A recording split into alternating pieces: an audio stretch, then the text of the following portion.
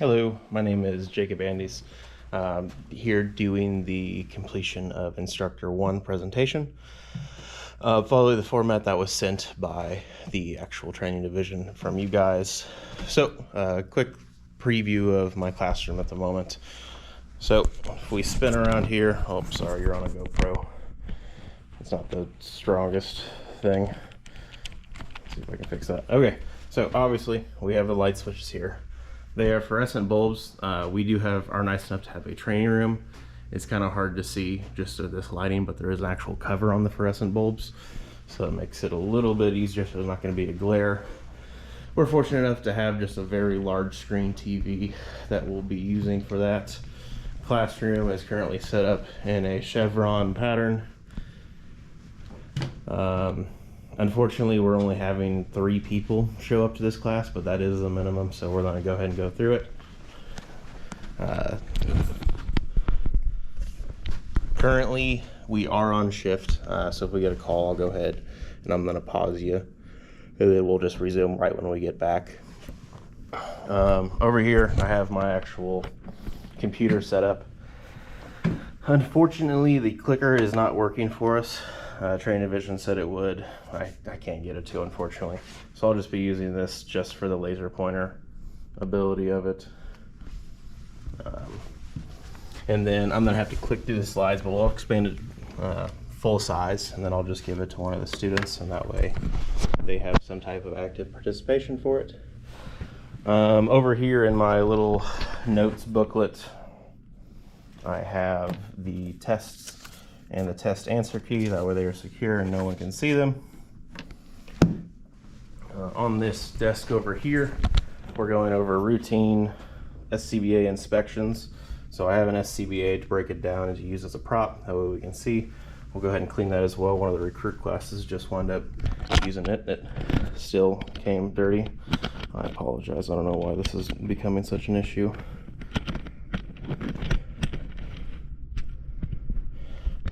A little better.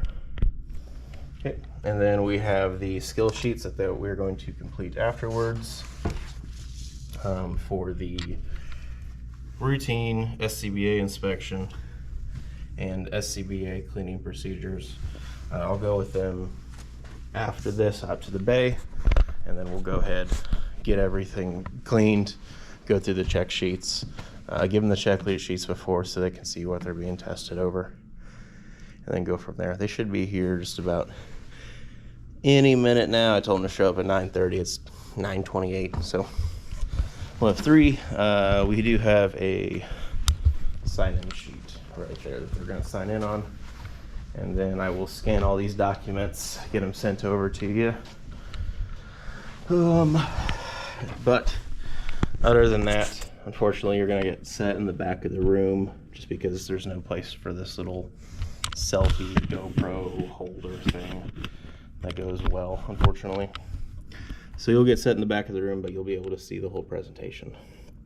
And then I'll come pick you up after we get on with the tests and everything else like that. I'm probably planning on, if we can, powering through all the slides. We might need to take a break in the center. That's perfectly fine. We'll get it done. But other than that,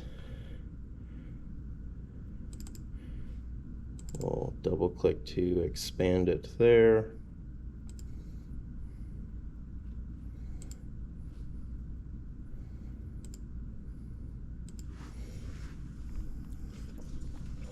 But I believe here they come. Woo, that's one. Yeah, everyone else is late. Doesn't matter where I sit. Yeah, just sit up here in the front row. And then I need you to sign in on that sign-in sheet right there.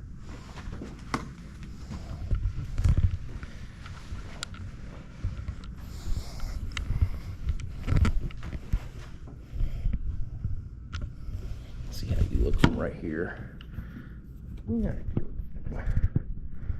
that's gonna be decent.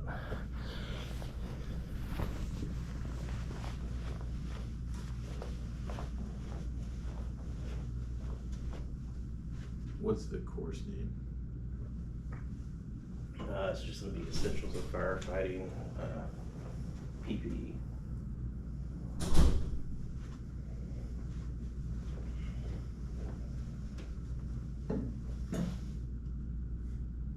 tell Hartman one time. He was in the shower. You did say 9:30. I did say 9:30. Okay.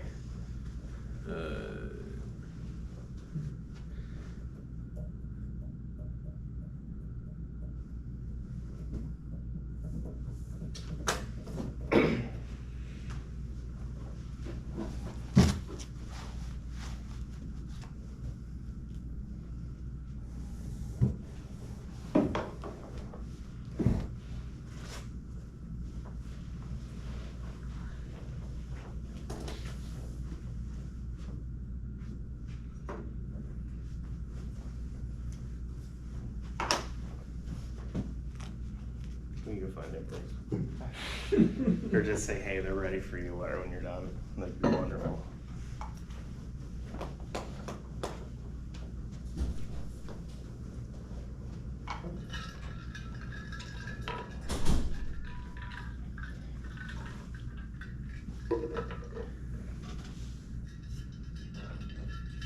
How are you, person I've never met before? I'm wonderful. How are you, instructor?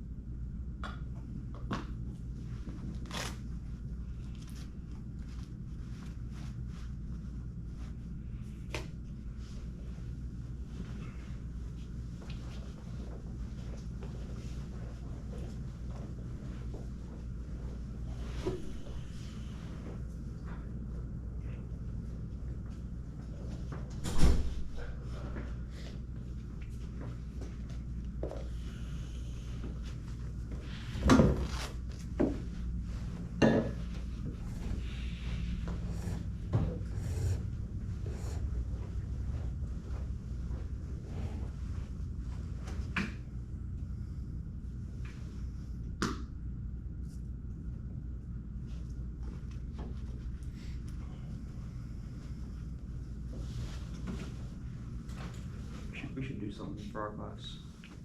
I know. It's already too late for you guys. It's never too late.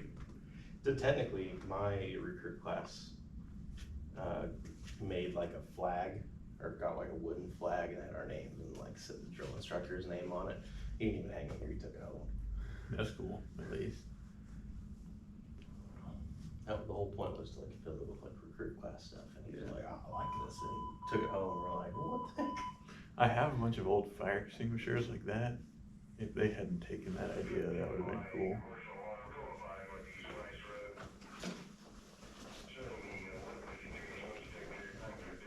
I'm gonna turn this up in here just a little bit, though we can hear it. We are still on shift.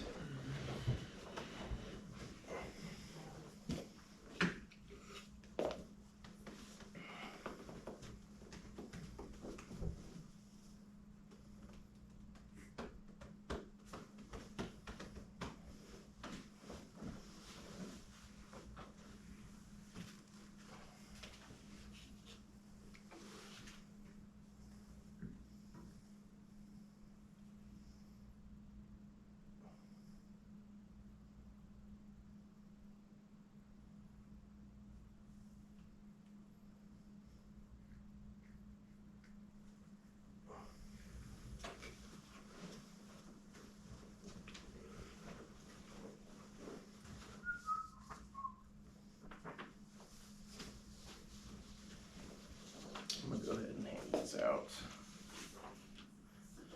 So along with the test you're gonna take after a PowerPoint, we have our actual practical skill books that we're gonna be using and doing. So we have the SCBA cleaning procedure and SCBA inspection. So we'll mainly be going over SCBAs today, and then I'll give you a chance to kind of look over these sheets, see what the critical fails are, and then after we're done with that, we'll take a little break, go out in the bay. And then we have all our supplies for cleaning the SCBAs and everything else like that. Once he gets here, we will Did you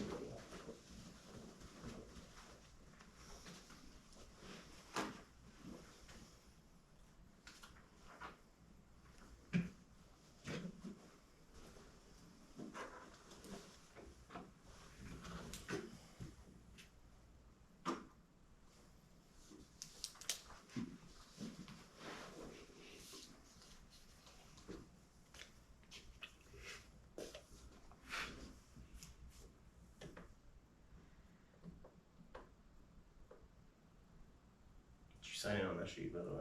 Okay, thank you.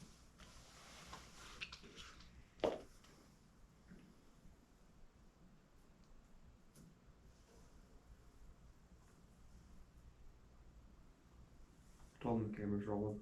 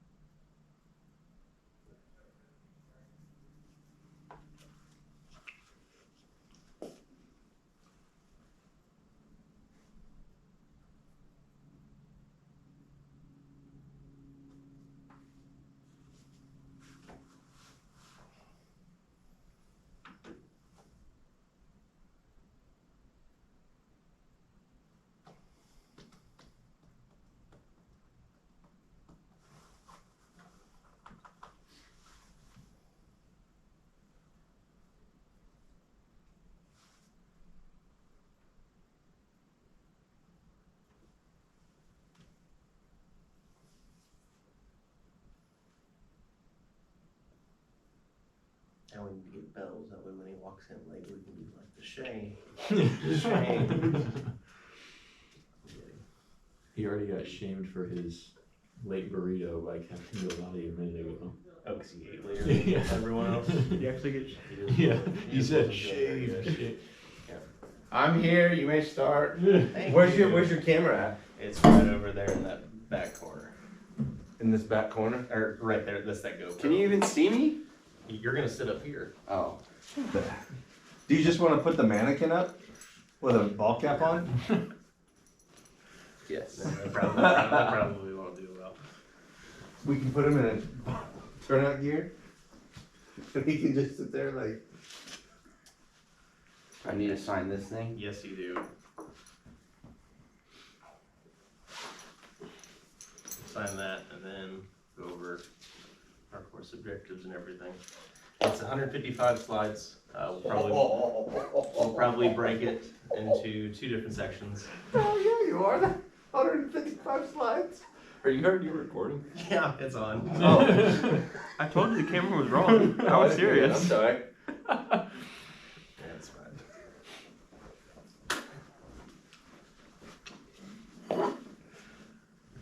You can edit that part. Yeah. They won't mind. Okay. Hello, now that you're all here. My name is Jacob Andes. I'll be your instructor for this class. We're going to go over Essentials of Firefighting 7th edition, more importantly PPE. We're going to go over the different types of PPE, and then basically we're going to go through SCBAs. If you look in front of you, we have our skill sheets.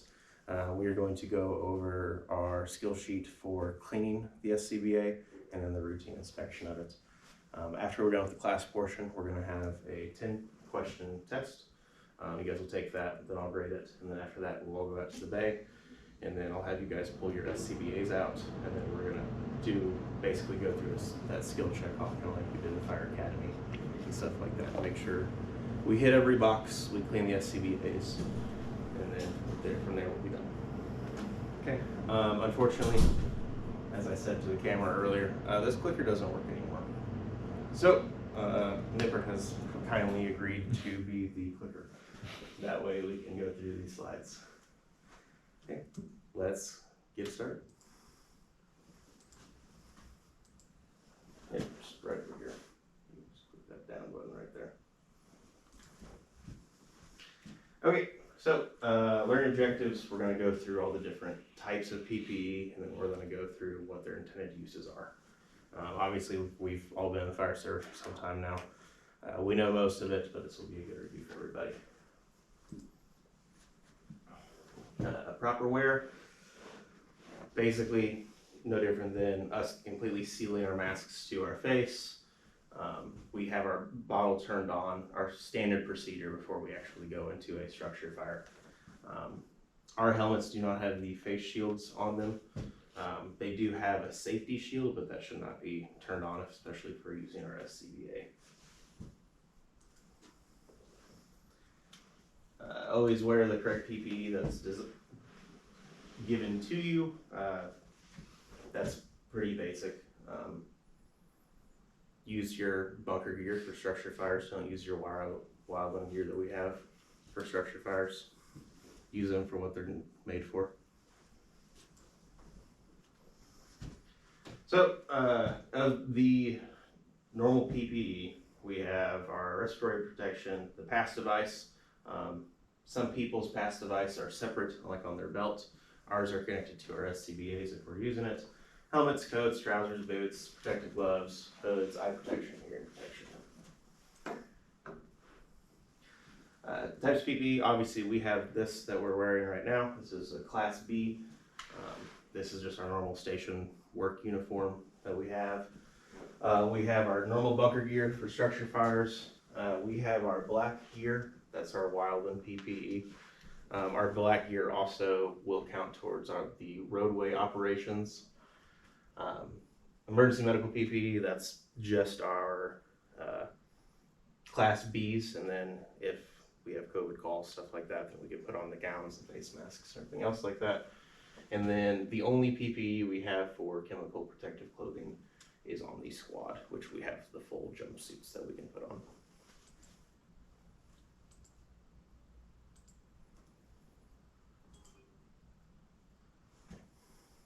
Station work uniforms, we'll go through. Go and just click again here. Obviously, this is all depending on department policy. We just had policy 43 updated today, recently. This kind of goes over our shaves, what time we can be in shorts, and everything else like that. Everyone has different PPE depending on department. Do not wear clothing made of non-fire resistant materials. So don't wear a bunch of nylon clothes and then put your bunker gear on and go fight fire, because it's just gonna melt to you, and then you have to pull it off, and it's just a painful process. Per the Essentials book, cotton for everything. 100% cotton. Should meet in NFPA 1975. That is the governing body that goes over, or the numbered governing body NFPA that goes over all of our uniforms. Make sure that they can complete the jobs. Designed for fire resistance, so not for firefighting operations. This is cotton, this is not nylon. Kind of goes back to the NFPA 975 or 1975. Some are dual certified. That's the people who kind of wear like the wildland structure or wildland firefighting gear. that you can have as normal pants. They're kind of hot. Shoes, obviously. We have a policy to where we can wear slides. We don't wear them on the station floor when we're doing activity and stuff like that, but we can wear them indoors or on the station just to keep their boots from contaminating the rest of the station in case we had a messy hall or anything else like that. This is pretty new, you new guys. Not new, but me personally, I never take any of my uniform home. I don't take my shirt, my pants, socks, shoes, any of it. I wash it, everything here at the station. I don't want anything that got on me during that time to actually go home. Not only for like germs and stuff like that, but it gets soiled and everything else like that. And any soiled clothing we have an extractor, but we also can just throw it away if it's actually like drenched in blood and stuff like that. More importantly, structure firefighting. This is what we have. This is not really what we do here. This is more so for oil fires and stuff that's extremely high heat. They more use the film forming hoses to put out fires. More, if anything, we might see this stuff at the airport in case there's a big jet crash or something like that. But most of the time we're going to be using this stuff right here. Okay, the compliance on all of our bunker gear, if you actually look on the back, it has this big tag, goes over in NFPA 1971. Basically, as long as your gear says that, it is met to the minimum standards of NFPA.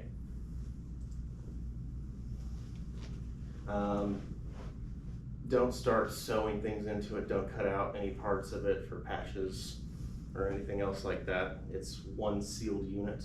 If there's holes in it, say something. Don't try to alter it. That could ruin the actual safety hazards that it has.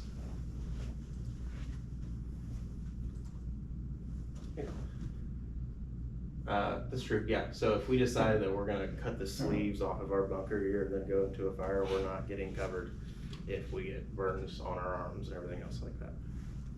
It's pretty basic. Heat transfer from PPE to the body. As most of us know, we've been on hot fires and everything else like that. After you get out, you end up taking your bunker gear on, all of a sudden it's just nothing but steam rolling out. Even though it's a good heat shield, we do have some radiant heat that actually does go through, and that's how we feel it if it's hot and stuff like that inside. PPE is supposed to cover all skin, has a limit. You can stand next to a small little fire and be fine, but once you get into larger fires with higher temperatures, obviously you're gonna feel it, in which case all of these sweat and everything else like that can cause steam burns. So it's not good to stay in those anti-leach environments for a long period of time. Yeah. Yep, basically what I just talked about. Sit and absorb it. You have all of your sweat, it's then evaporating, and then it has a full sealed area where basically it's just steaming you. So that's why, like, when we go to rehab and stuff like that, take off your bunker gear and let all that steam out that we've got going. Yep, traps heat inside, significantly increase breathing heart rate, skin temperature. Obviously, when you get hot, you get stressed. So that goes downhill from there.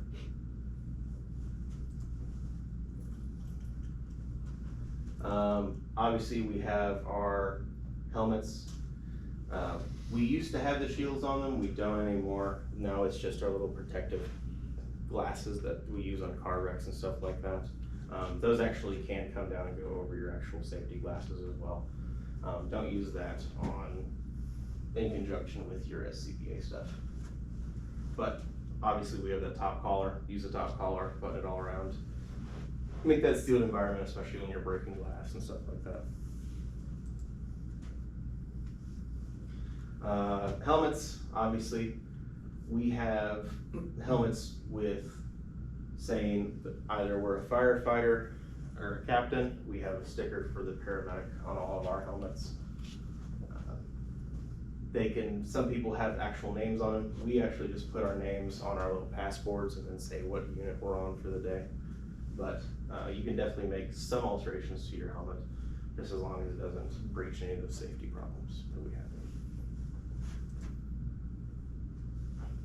Eye protection. SCBA, obviously we don't need to wear glasses and everything else like that if we have it on. Face shield's gonna be good for car wreck, stuff of that nature.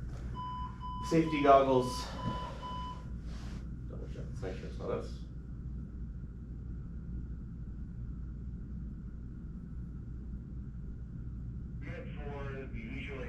Okay, not us. Okay, safety goggles. Again, we can use them on car wrecks, stuff like that. Obviously, a face shield to cover everything is going to be much better. That's more so for just keeping smoke out of your eyes and any other little particulates and stuff like that. So if we're doing something with a case all or cutting up a roof or anything else like that, safety goggles or glasses are preferred just to help keep all that debris out of our eyes.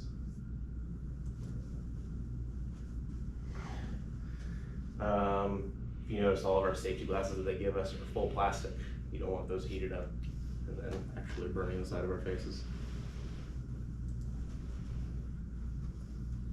Fire resistance.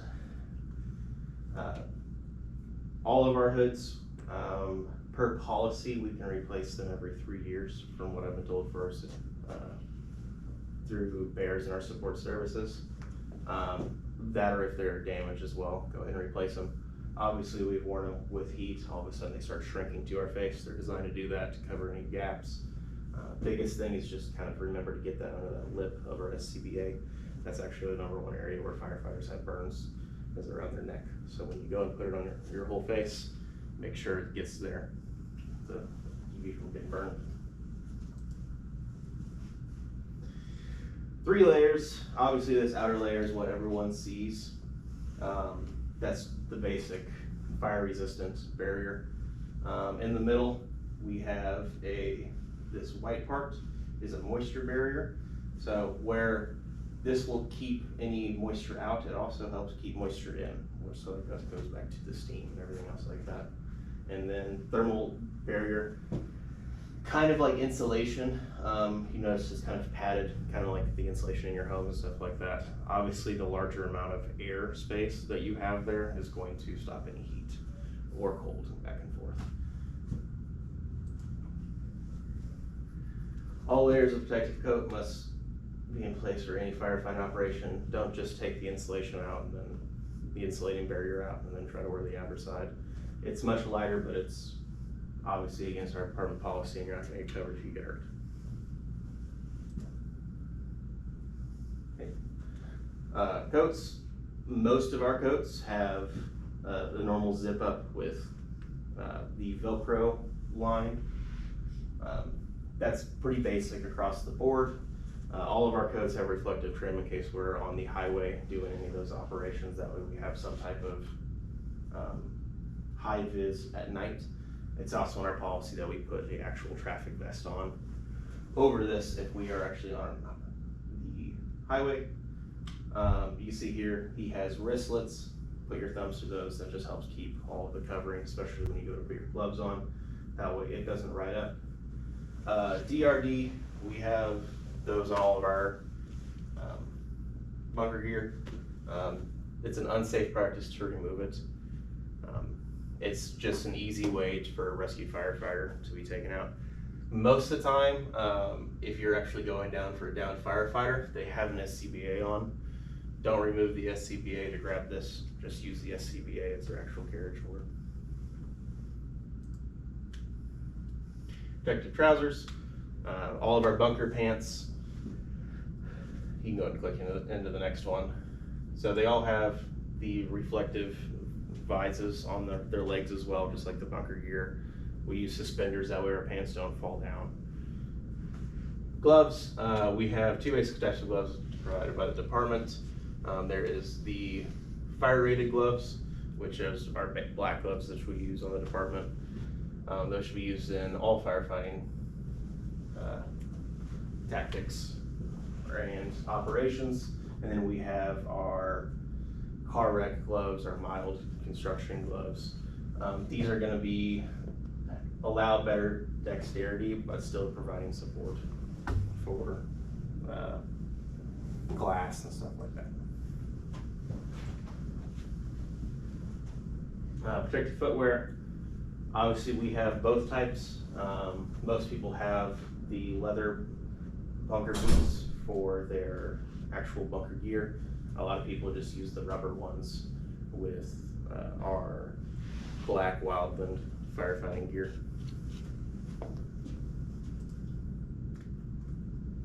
Fire boot construction, this just will go over a little bit on everything in it. Obviously it has a outer layer. On all of them it has reflective material, especially down here at the toe.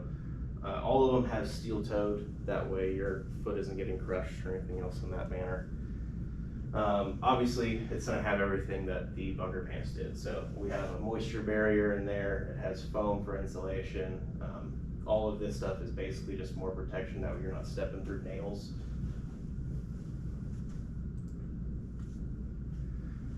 Our pass devices, there's multiple different types. There is the Wildland one, which is basically just a little box that we can actually just clip on our belt, and that will measure us moving around.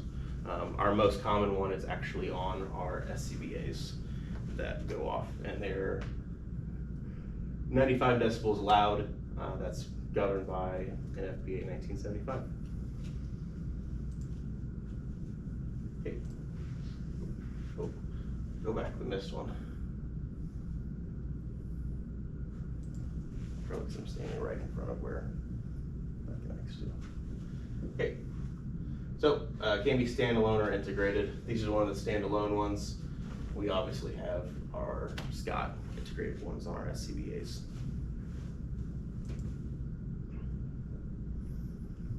Hearing protection. All of our trucks are equipped with normal headsets, especially because on all of our trucks we're sitting right above that engine compartment as well. So that's gonna help with a lot of this. All of our ambulances have an extra like seal coating around it for the actual sirens, that way we don't hear it as loud.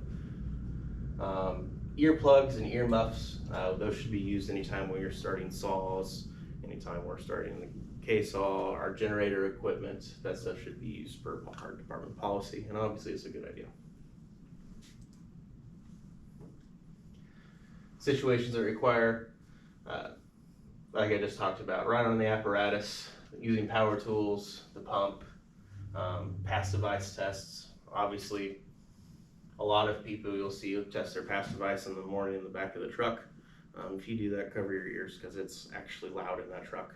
Most of the time what I do is I kind of put one arm to my shoulder and then plug my other ear, and then I'll turn it off. While in PPE, we'll go for it. Obviously a whole bunch of different ones. It's all lightweight, that way you can move to outrun a fire, catch up to a fire. Face shields, safety goggles, all of that stuff's gonna help for you from not only breathing in a bunch of soot and ash, but also keeping it out of your eyes.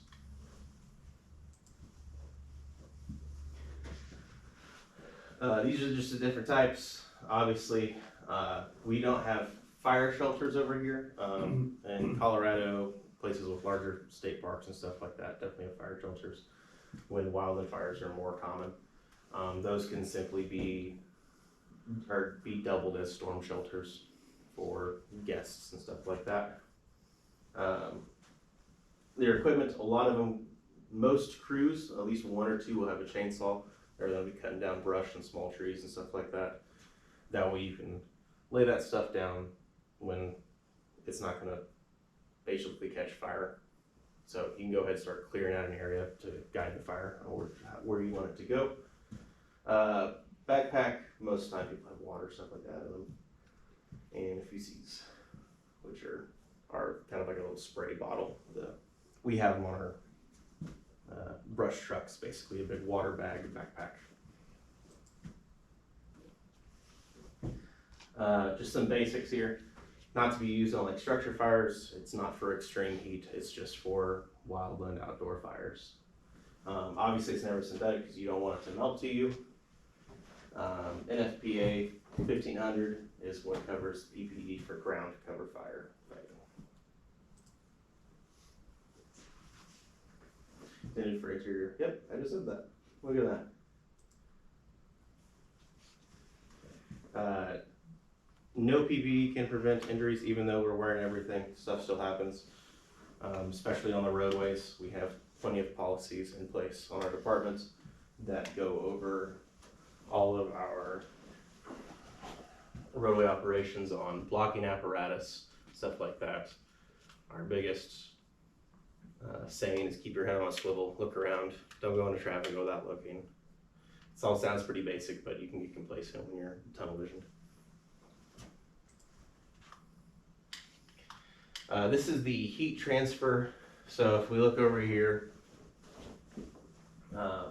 this is all in Fahrenheit when it comes to you wearing your PPE. If the air temperature obviously is high, obviously on this side we have Celsius and Fahrenheit, we use Fahrenheit. The rate of thermal energy transferred, basically it goes up as the hotter it gets, the faster heat transfers. It's pretty basic.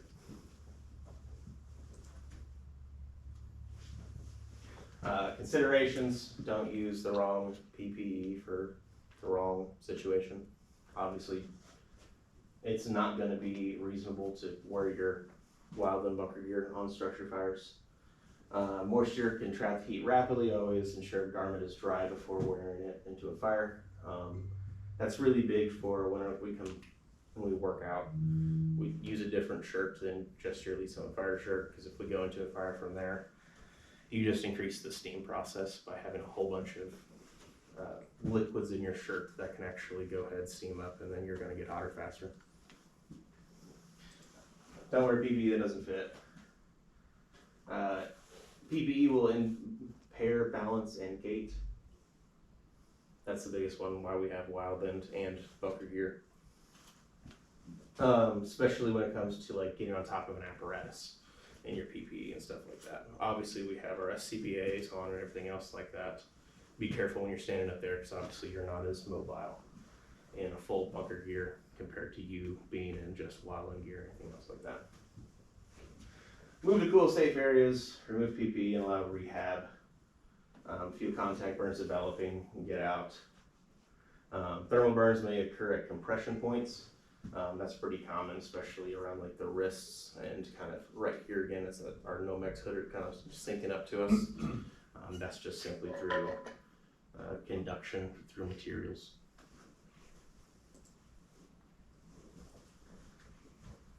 PPE can absorb heat until it is hotter than the ambient temperature. Can cause Velcro components to fuse together. I've seen one instance where the Velcro was actually melted together. We just wind up replacing it and having it sent off. Buildup of heat will eventually penetrate all layers of PPE. Yep, so get out of that environment if you start getting too hot. RIT and rescue personnel must exercise caution and wear gloves when removing PPE from the firefighter.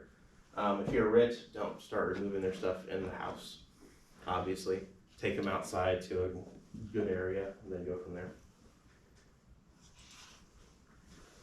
Evacuate the structure if your PPE and or SCBA are damaged during fire operations.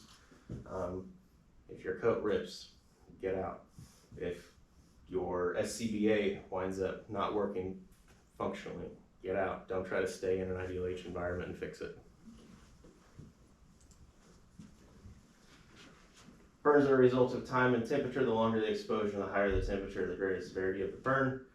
First degree burns start when skin temperature reaches 118, second at 131, and third at 152. The medical world does not use first, second, or third degree anymore. They use, instead of like first, second, and third, it's thickness wise.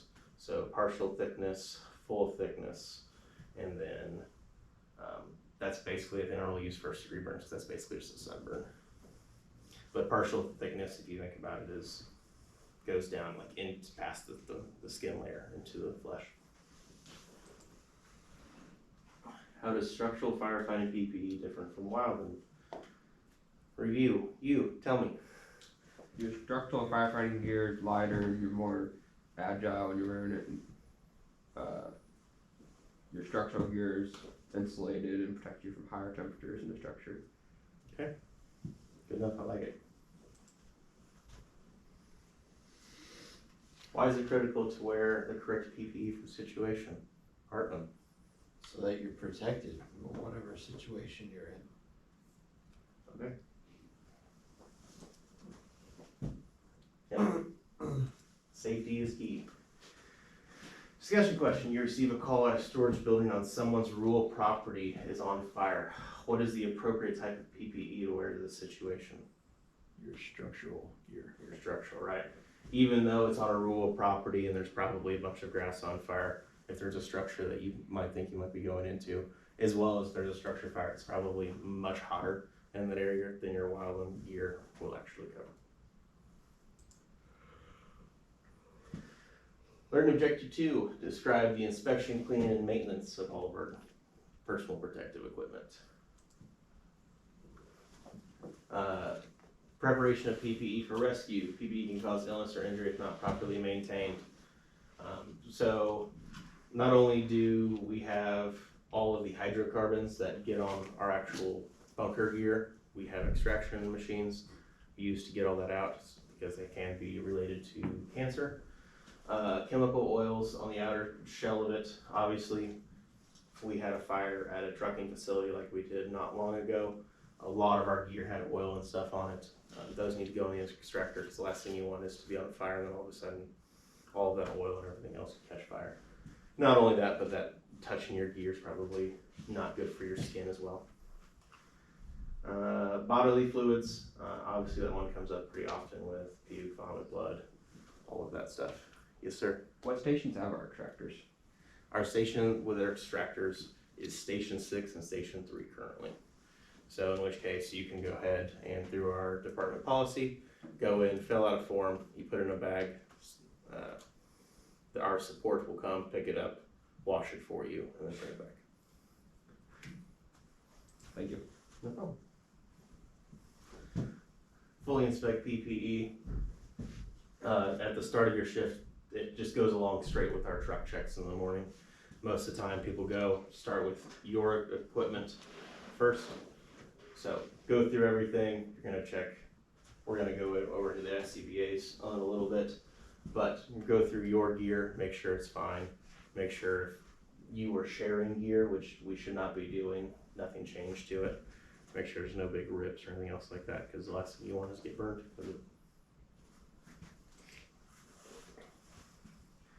Conditions to look for during a routine inspection: any soiling, contamination, missing damaged hardware, physical damage, wear due to friction, thermal damage, shrinkage, damage, or missing reflective trim.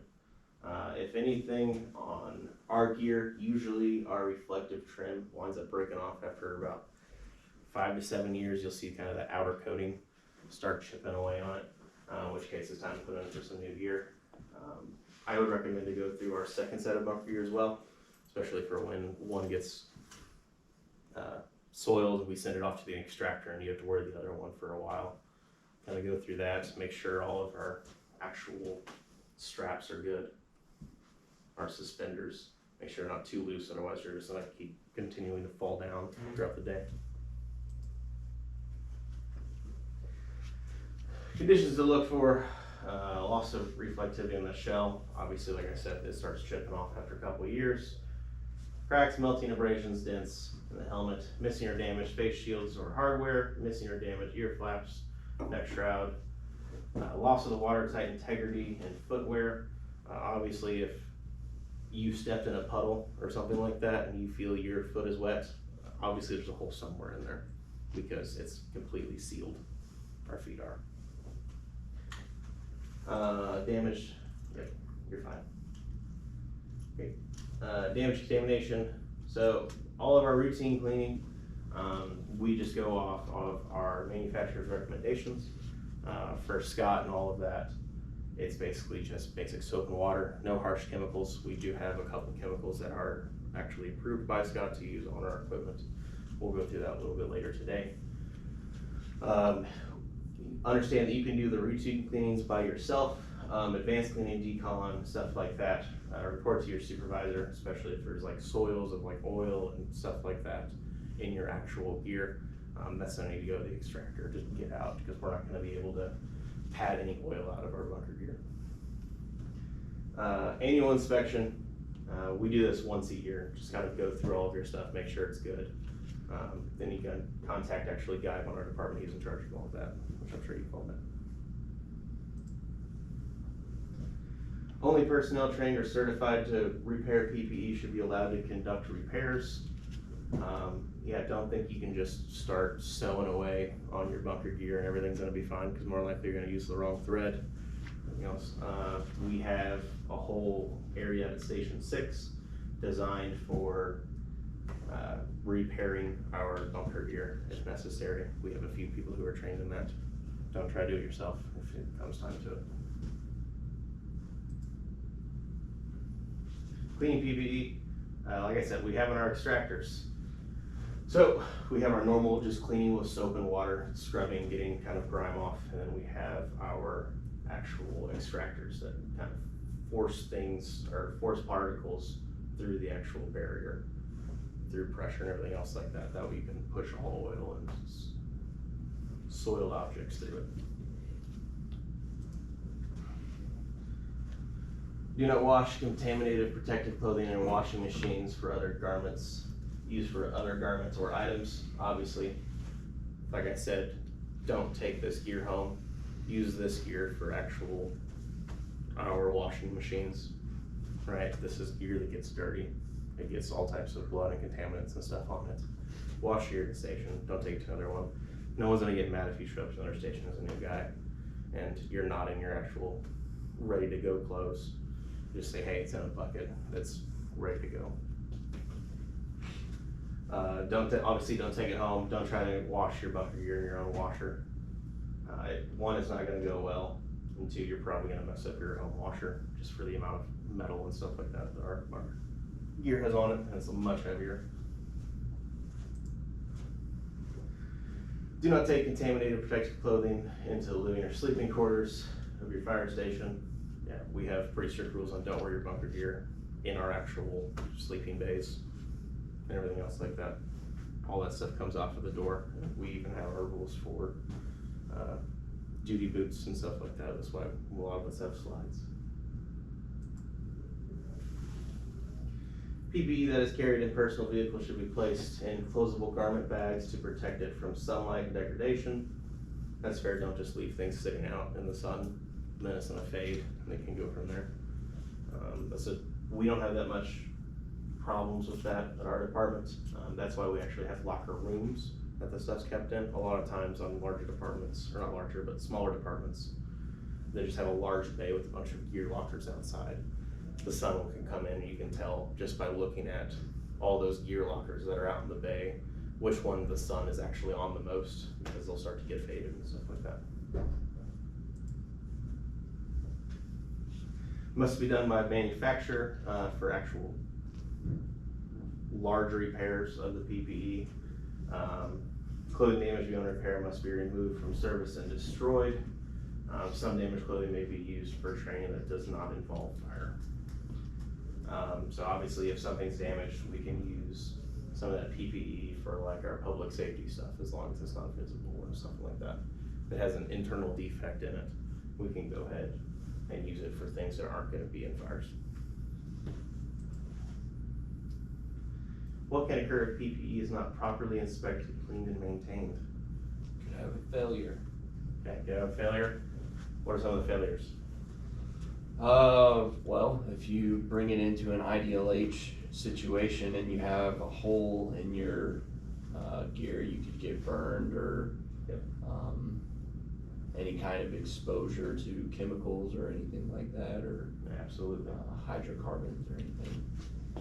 Yep. Describe conditions that require the use of respiratory protective equipment. That's our next learning objective. Okay, you guys wanna take a short break? I was gonna ask you about your How long is your memory card got? He gave us a bigger memory card, so Okay. we can do the full 2 hours on it. Oh, good. But it's been about 45 minutes or so, so if we wanna take a quick 5-minute break or so, Sure. we can do that. Okay. We're about halfway and this is the largest section, so. Do we really have to fill out a form to have somebody wash our gear? For the extrication equipment, or for the extractor, Yeah. Yeah. Oh my god. it's not, It's just an online It's just an- notification to let, support services know that you need your gear cleaned. you're not doing it, the department doesn't wanna pay you overtime for actually doing that. Yeah. So basically, if we got on fire and everything's just covered, we fill out the form, throw everything in a trash bag, and then someone comes, picks it up, cleans it, and brings it back. That just surprises me because I'm used to departments where every station has an extractor and you just wash it whenever you want. I think every station will have an extractor at some point. Especially once we get a new compressor down here, we'll have room for one. Yeah, absolutely. And from there, it's also about just, general knowledge of it, because there's certain people that run the extractor. Not everyone in the department knows how to run it correctly. They don't wanna try to clean something and not clean it, and then it'll be perfectly fine. So we have quite a few individuals on the department that are trained in that more so, and decided, hey, let's buy this extractor, and they were on the team that kind of did it, so. They're the ones who usually use it the most. Obviously, for the extractor, deconstruct all your gear and go from there. Inhalation of smoke and products of combustion.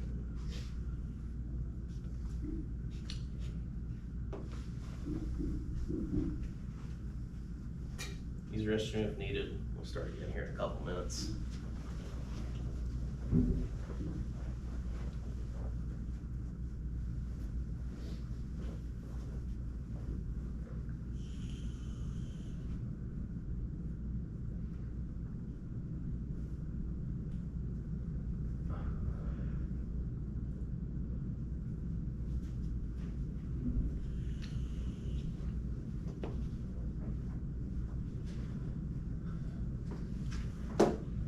Modern 3 will have zombies mode. And it said it'll have the open world zombies, Oh, really? like the Black Ops 1 had. Oh, that's gonna be so spooky.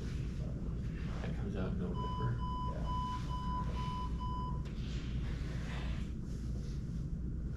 And it's releasing on the old, so I'm still not upgrading. I know. I keep putting it off. If you're gonna keep releasing games for them, I'm not gonna upgrade. I could have upgraded, but I had to buy my clothes for this wedding I'm going to. It's like $200, and then the jacket, they didn't have the right size, so it's $100 jacket that now I have to go pay a tailor to fix. And that's the price of my Xbox. Yeah.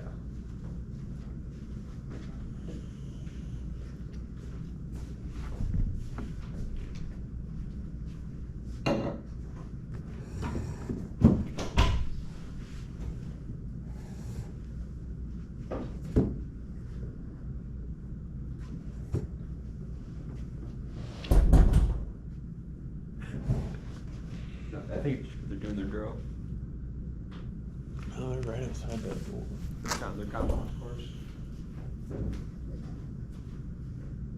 Yeah. Opened it.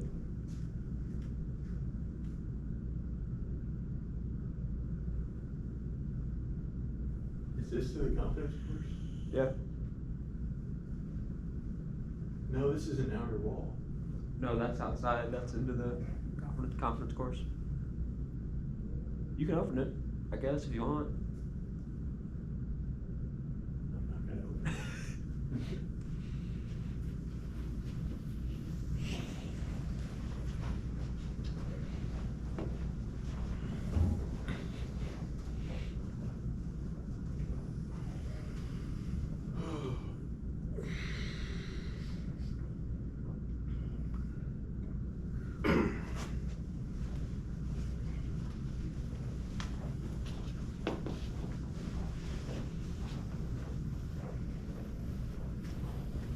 All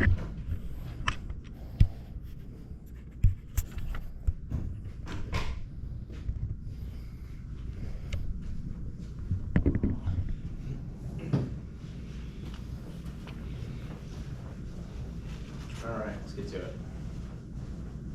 So, inhalation of smoke and other products that we don't want in our system. Obviously, most of these will come from IDLH environments. No different than if you get on a structure fire compared to someone burning chemicals or oil or anything else like that. Most effective way to protect health is using your respiratory equipment, our SCBAs. NFPA 1001 is our SCBA guidelines per NFPA. Should be used in any IDLH, don't use it without it.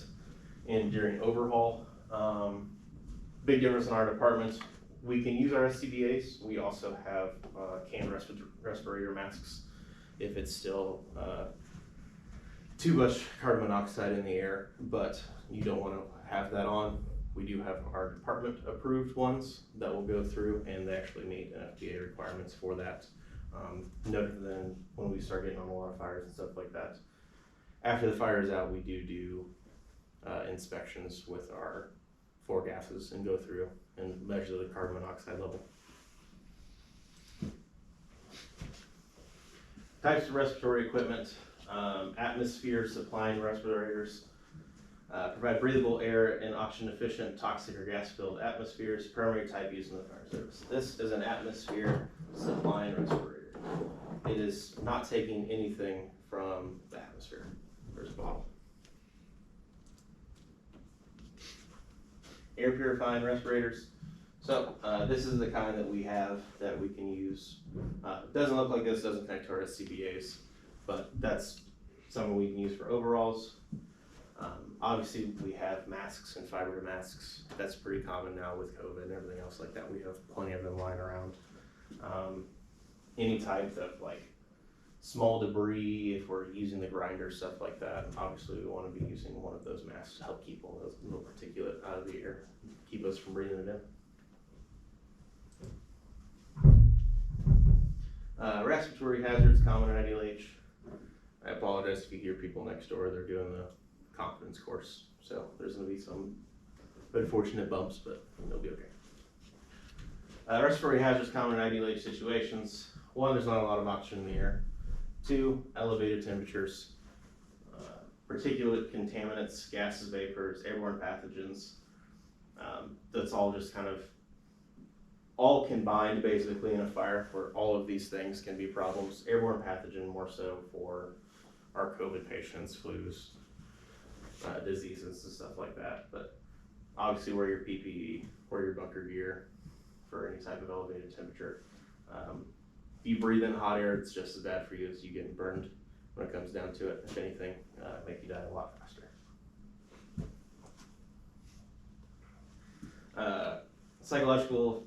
Physiological effects of reduced oxygen. Obviously, we have SpO2 monitors on all of our life packs. We measure oxygen levels people have. Normally, 19 to 21% oxygen is our normal breathing environment. Right now we're breathing somewhere between 19 and 21 just in this building. From there, obviously, goes down.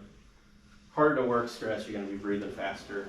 10 to 12% dizziness, headache, rapid fatigue. You're going to see this in a lot of our CO calls. People have a lot of CO in the air and whatnot. It's just basically replacing the oxygen. Stopping all of the oxygen from actually coming into our cells because it's latching onto that as well. 8 to 10% exposure results in mental failure, unconscious, ashen face, blue lips. You're going to get cyanotic, you're going to get confused, you're going to get altered. 8% results are fatal. Exposure for 4 to 5 minutes can be treated, results in recovery. And 6% coma occurs in 40 seconds followed by death. Elevated temperatures, breathing air heated to flame temperatures can have serious consequences, decrease in blood pressure and failure of the circulatory system, pulmonary edema and asphyxiation. Introducing fresh, cool air will not immediately reverse tissue damage. Prompt medical treatment is required. Okay. Alien here that have been heated, flame Temperatures can cause serious injury. Obviously, if it's hot enough to burn our skin, it's hot enough to actually burn the inside of our lungs, in which case it's going to bleed from there, and then you're basically going to just ride around. Particulate contaminants, this kind of goes back to our APR, stopping anything from the environment. PAPR, you saw a lot of doctors have those during our COVID times at the hospitals. They would wear those constantly. We have something kind of like that. So these are still taking air from the environment. Basically, it's taking air in, pushing purified air up, and then you're using that to breathe. Sources of particulates, chemical reactions, combustions, wildland fires, welding and metal cutting operations, any small particulate, any high heat, all of that stuff. You can go into quick next. Gases and vapors. Obviously, standard pressure, a good example is natural gas. So we would have vapors, result from temperature, pressure changes that affect the solid or liquid. Inhalation of any of those factors, cancer, thyroid, eye irritation, cardiovascular and respiratory problems. Fire gases and vapors. Obviously, we do CO monitoring. We do carbon dioxide monitoring as well. Hydrogen cyanide, obviously there's things burning in the environment. That's going to be pretty normal. Hydrogen chloride, hydrogen sulfide, nitrous gas, phosphate, sulfur dioxide, ammonia, and formaldehyde. That's all stuff that can just be found in our basic fire. Firefighters must use SCBA when operating in or near toxic atmospheres. Respiratory hazard remain during overhaul. Hazards from smoke increase the size of particulates. Hazardous concentrations may be present outside of the structure. So you don't stand on the front porch and think you can breathe fine if you're literally next to a fire, basically. Hazmat indicates incidents can produce potentially hazardous gases and vapors. Obviously, uphill, upwind, upstream. Always wear SCBA until air monitoring states that it's safe to actually breathe. Common types and location. Carbon dioxide is usually used in just fire suppression systems. Ammonia, you can get that from air conditioning, heaters, stuff like that. Sulfur dioxide, air conditioning, cooling systems. Chlorine, obviously if someone's pool is on fire, they have a whole bunch of chemicals in it, don't hop in it. Pesticides, commercial outlets, farms, stuff like that. Non-fire gases and vapors, other locations, sewers, storm drains, caves, trenches, and these are all can be considered confined spaces with IDLH environments. Airborne pathogens. Disease-causing microorganisms cause infection through inhalation or direct contact, encountered during medical response, vehicle extrication, rescue, and recovery, and terrorist attacks. In general, use your stuff. Type of conditions would you use for respiratory protection be necessary? Broader? Any atmosphere where you could be involved harmful gases or particulate hazards. So Yep. IDLH environments or maybe you're working on tools or something. As firefighters always wear respiratory protection that is appropriate to the situation at hand. Obviously, like you just said, don't wear your SCBAs and masks and stuff if needed. SCBA components. It's going to be quite the review for you guys, but we'll go through it pretty quickly here. Obviously, we have our masks. This is considered open circuit. We have our bottle. Our bottle provides us oxygen through high pressure hose into the low pressure hose, goes into our masks, and then we breathe that air out. And that's how we push carbon dioxide. Closed circuits, basically, there's no air going out of your body. It's going in, getting scrubbed, getting reoxygenated, and and then going back to you. Components, obviously, SCBA, you all have your own face pieces. On here we have our regulators, we have our high pressure hose, low pressure hose, we have our buddy breathing, we have a low pressure alarm, that's just our pass devices currently, because it measures both, and then obviously our air cylinders. SCBA may also have a number of components unique to the manufacturer's design. Scott and MSA packs are different. They basically are the exact same thing. They just have different looks, different feels, a couple of little things here and there. But they'll all meet the NFPA 1001 recommendation. Breathing cylinder capacities. We technically have 55-minute bottles. Obviously, we put it around 5,000 PSI in our bottles. Obviously, this is just different sizes. Obviously, smaller bottle, less air. This does not mean it's the exact amount. Obviously, if we're working in a structure fire, pulling ceilings and stuff like that, we're going to burn through it much faster. Air cylinder assembly. Obviously, threaded stem, this is how we refill it. The control valve for getting it out, and the pressure gauge. Regulator assembly. Go through over here.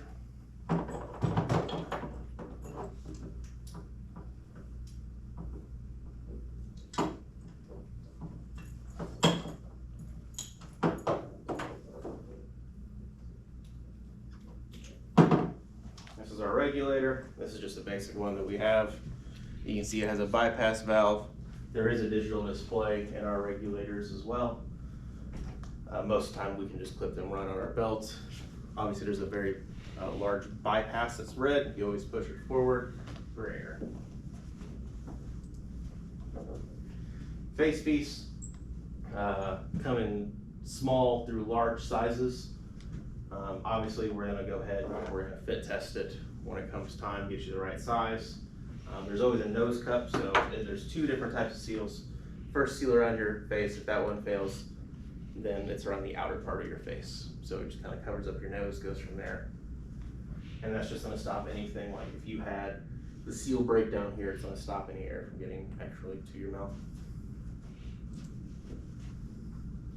Face piece fit, everyone's required to do it every single year. Basically it's a particulate test to see how much particulate actually winds up leaving the face piece.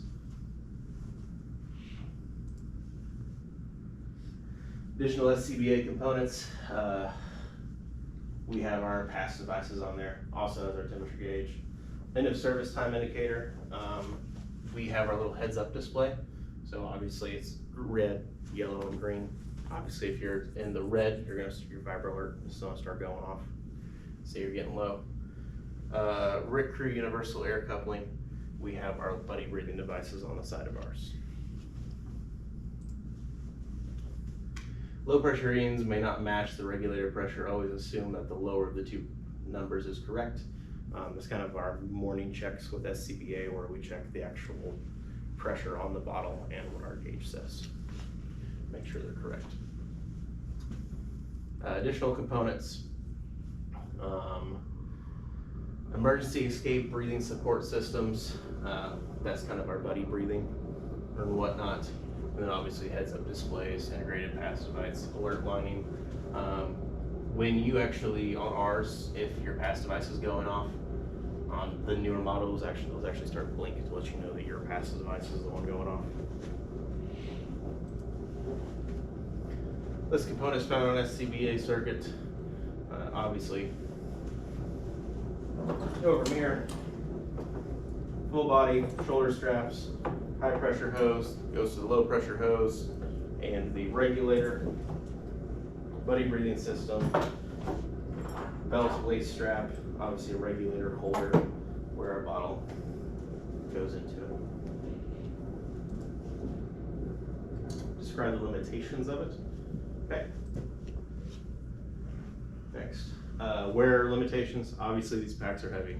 We don't like wearing them, that's why we take them off, and we have our air purifying respirators for overhaul, stuff like that. After a while, 45 pounds on your back winds up getting to you either way. Lack of agility, impaired balance, inadequate pulmonary capacity, weak cardiovascular ability. Basically, it's just a whole bunch of stress, and then you're feeling it on your shoulders, so it'll wear you out more. Offsetting wearing limitations, training, medical evaluations, proper fit testing. SCBA protection limitations. Obviously, just decreased ability to communicate. We have a big mask on, that's why we have our voice amplifiers. That sometimes you can't make out what it says going through the amplifier. But it does our best. Poor condition of it, low air cylinders, equipment limitations, overcoming it, frequent and proper inspections, care and maintenance, and training. Some ways to overcome SCBA limitations.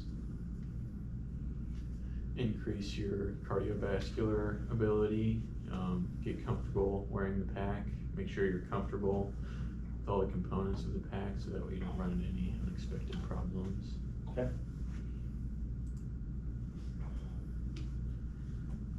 What steps can you take to decrease SCBA wear limitations and to increase your proficiency while wearing SCBA?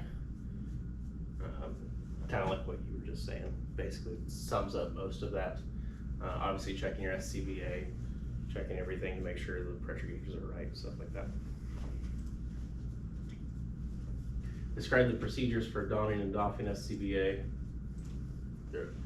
So obviously there's a whole bunch of different ones. Obviously SCBA goes outside of the bunker pants, a whole bunch of different ways. Some people grab it and put it over their head. Some people put it around. Obviously if we're seated, like in our trucks, you can go ahead and put those on with your seatbelt on and clip in. That way when you're ready to go, you simply can just stand up.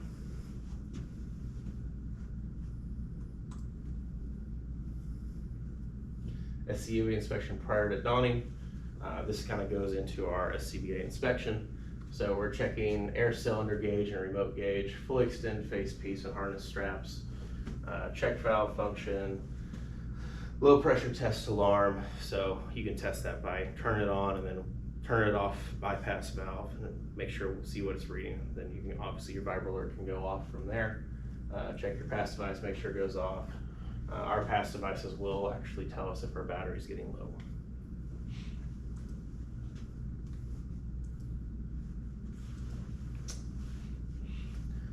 Donning unmounted SCBA, obviously a bunch of different ways to put it on. All straps extended, that way it's easier to get on and then tighten them up. Only use this method if you can do so without removing your seatbelt. There is a way to do it. You basically can reach back, put your arms in, grab it around, and then your belt comes over it, and then you can go ahead and clip in with that seatbelt still on you. And then you can unclip it. Donning from a seat mount, like I said, that was how you could do that. Do not keep face piece connected to the regulator during storage. These parts must be kept separate in order to check for proper face seal. Also, if you have something clicked in, basically means those O-rings are under pressure. We don't want them to be under pressure constantly. Never connect the regulator and breathing cylinder air while seated in the apparatus. Doing so will deplete your air supply before you arrive at the incident. Don't turn on your bottle until you need to, essentially. There's another way to do it as well. Never stand at dawn SCBA while the apparatus is moving. Yep, that's basic stuff. Keep your seatbelt on until we're at the fire department. At the fire, all of our engineers will not be driving if you do not have your seatbelt on.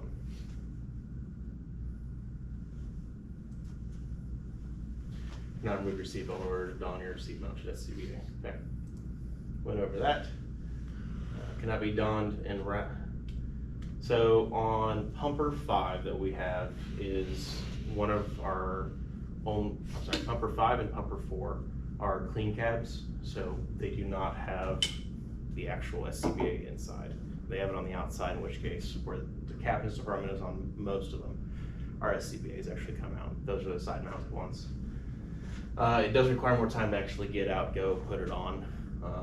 That's something new that we're doing to reduce the amount of cancer, but as long as you're keeping your pack clean, it shouldn't be too much of a problem.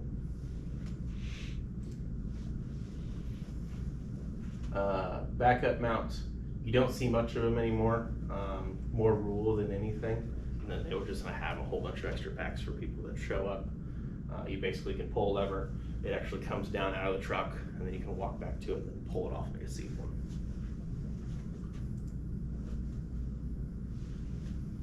Donning the face pieces, don using similar steps regardless of the differences. Rubber harnesses or mesh skull caps, some have more straps than others. Regulars may be attached to face piece or mounted on the waist belt or shoulder harness. Shape and size of the face piece lens may differ. Depending if you guys have worn like MSA compared to Scott. MSA is more of a cone shaped one, comes out a little bit more. I feel like you have decent visibility with it, maybe a little bit wider than a normal face pieces, but there's different sizes no matter what and different shapes. Donning the face piece, fully extended straps, ensure no hair is between skin and face seal.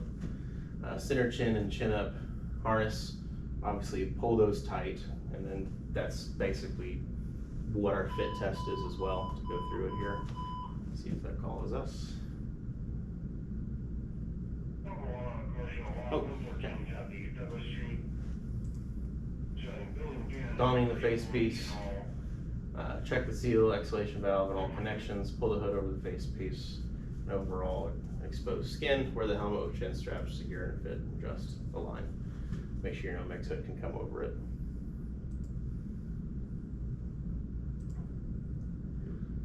Doffing, make sure you're out of the area when you're doffing it. Obviously don't stay in the fire and then take it off and say I'm done.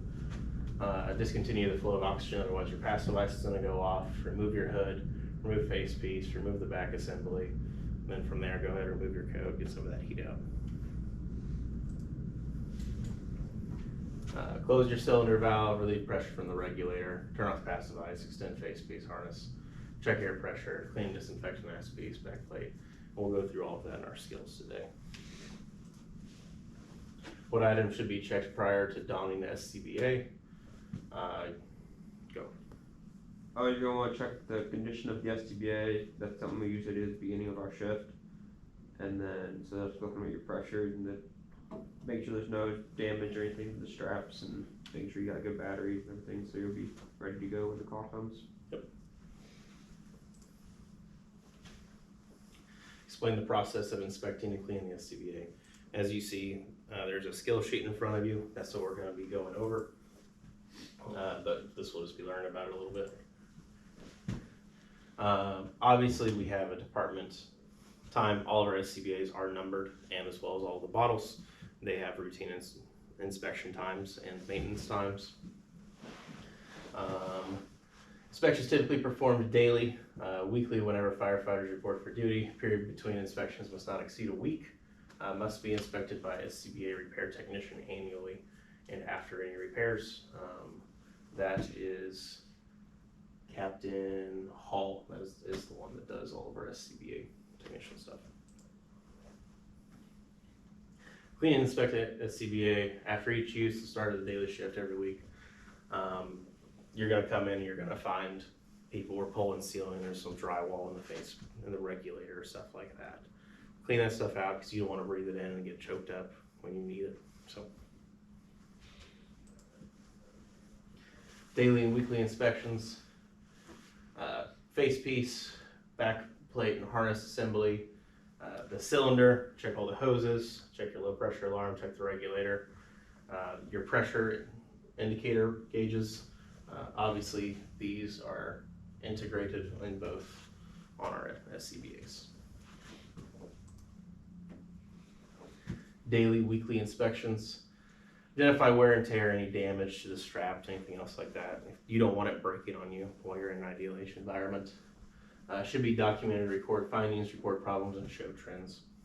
So you can see like, hey, this has been degrading a lot over the last couple weeks. And you're like, oh, hey, we've been using this cleaner on them. obviously we need to stop using that cleaner, get it inspected, get maintenance done on it.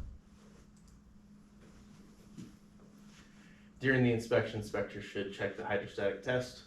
On all the cylinders, there's an actual date on them. As a department, we have a policy where we collect them all and then go from there.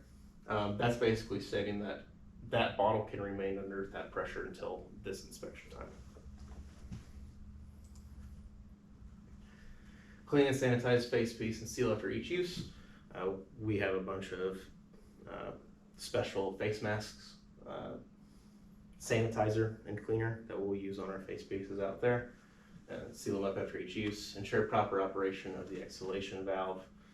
Turn it on, make sure it's breathing fine. Dry face piece with a lint-free cloth. That way you're not getting a whole bunch of lint and stuff in there, and then that's synthetic and then it's gonna melt on you and everything else like that if you're in a fire. Do not submerge regulators or low pressure hoses in water. Yeah, don't do that. They're not scuba gear. They're our daily gear. They're not meant to go underwater. Anti-fogging chemicals can be applied. That's also in our sanitation equipment as well. It's anti-fogging. Clean face piece after each use, even if they are not shared.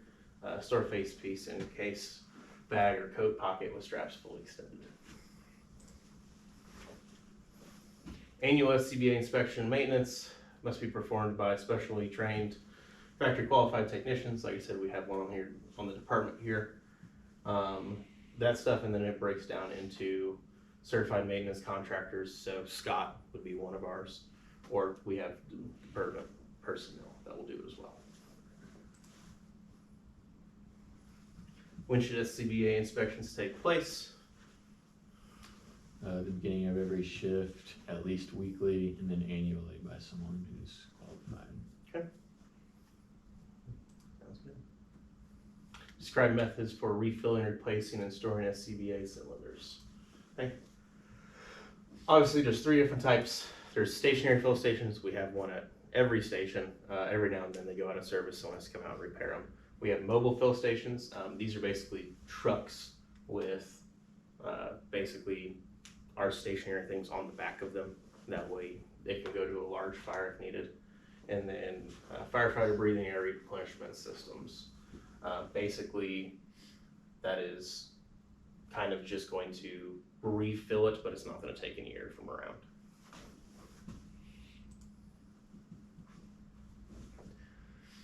SCBA precautions when refilling an SCBA cylinder. Check your hydrostatic date. I already said that. Make sure there's no wear and tear on the cylinder, so you don't want it blowing up. Check the working pressure. Obviously, we can look at the different pressures coming from the actual cylinders, coming from the compressor and everything else like that. Make sure your bottle isn't increasing in pressure more than it can hold. All of our cylinders are a shielded area. That way, in case they blow up, we're not dying. Fill cylinder slowly. Ensure cylinder is not overpressurized. Trained personnel to operate fill equipment.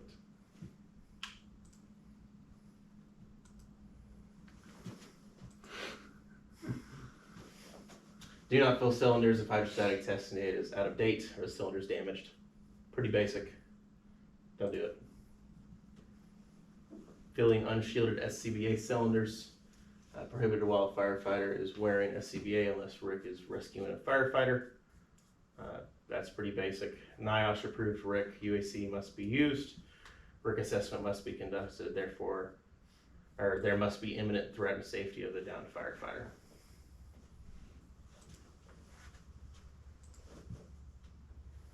Our stationary fill stations, obviously, this is a much older model, but basically the same system. There's a bunch of just storage tanks, that way we can maintain a certain pressure, and then from there they get filled by the compressor unit, and then from there they can go into our actual SCBA bottles. There's the stationary fill stations, it's just a compressor pushing the air in, so there's not a storage unit. And then the mobile fill stations. And then we have those, which basically has air system already in there that we can go and refill. Those are gonna be more so like our super large high rises and buildings. We don't have anything in that area for us. Replacing SCBA cylinders. Obviously when we start to go to rehab, we help each other take our bottles off, stuff like that. We'll go through that process real fast. Empty cylinders keep separate from full cylinders. You don't want to take an empty cylinder, put it on, and then go back in. It's not going to work very well. Damaged cylinders, clearly marked, keep separate from empty and full cylinders. Make sure no one can use it. We're in the home stretch. Store respiratory protection equipment. We don't have cases for them. They just kind of go back in our seats or on our mounts. What type of systems are commonly used to refill SCBA cylinders? Storage system or the compressor. Okay. And then the cascade. Yes. Yep. And then the mobile unit. Yeah. And then, yeah. Yep. Describe safety conditions for working and exiting a hazardous atmosphere while wearing SCBAs. Objective 9. Not cool. I know, I'm in the way again, aren't I? Yep. I apologize. I'll go stand over here. Safety concerns, obviously, the fatigue of wearing it constantly, or when we're wearing it for an hour and a half, obviously winds up really getting heavy on us. 45 pounds feels like a lot of weight after about an hour. The amount of air supply, exposure to airborne hazards if we take it off, and proper exit procedures. Only enter ideal H atmosphere if you are certified to wear SCBA and properly fit tested. Don't just take someone else's and go in. Closely monitor how you feel if you start getting fatigued or stressed or feel like you're getting dizzy. Obviously come out of the structure. Air supply duration can vary depending on your air cylinder size, not only your physical condition. It's a very big difference between if you're walking around with an SCBA or you're pulling ceiling, stuff like that. Your level of training, operational environment, level of stress, air management techniques, or skip breathing because we're taking time. We can make that bottle last a lot longer. Before entering ideal atmosphere, check cylinder pressure and estimate point of no return. Don't go in with 5 minutes of air into a large structure, right? So like, do I have enough air to do this? Am I at the best possible situation to complete this task? Improved visibility does not ensure area is free of contaminants. That's why we do our 4-gas monitoring. Before you move SCBA, the atmosphere must be tested and found safe.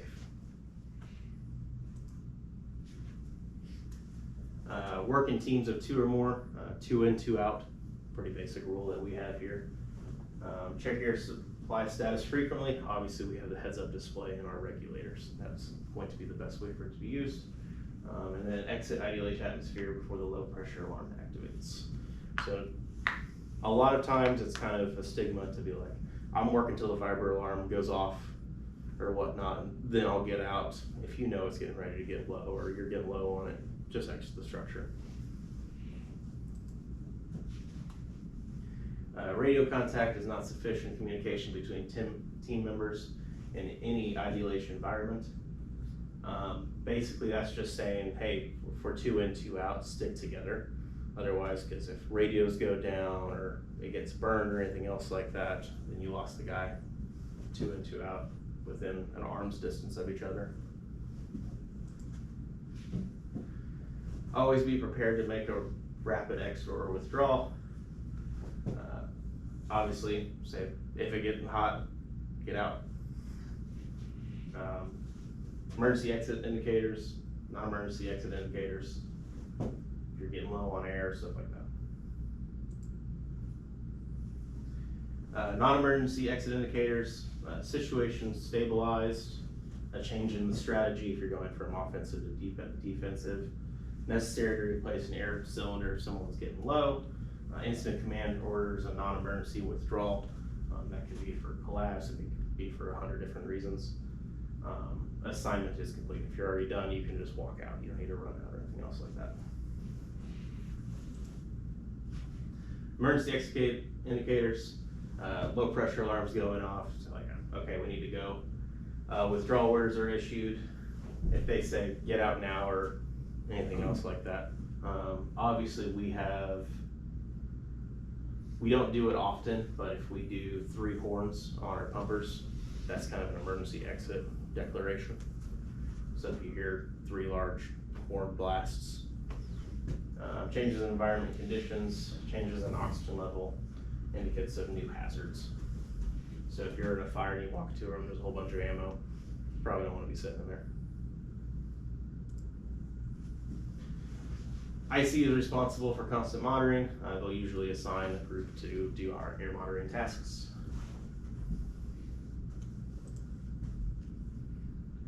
Report systems and evacuate area, lightheadedness, disorientation, loss of coordination. Obviously that's gonna get down to when where oxygen's getting low or the bottle's getting low. We're at that 15 to 18% threshold.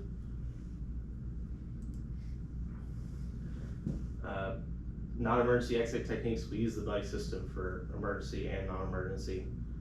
Controlled breathing, so you can do skip breathing to kind of like slowly walk out of the structure. And just know your egress paths. Know how to get out of the structure just as easy as you went in. List 5 emergency exit indicators that would signal the need to exit the emergency hazard environment. One emergency exit indicator would be your low air alarm is sounding. Okay. For you or somebody in your room. Starting to get low. Give me those online. Sure. Another one would be like deteriorating conditions if you're in a fire. Okay. If somebody else sees deteriorating, if you, an engineer outside sounds their air horns 3 times, that would be an obvious emergency exit indicator. Disorientation, if you lose track of where you are, and then like separation from a crew member. Okay.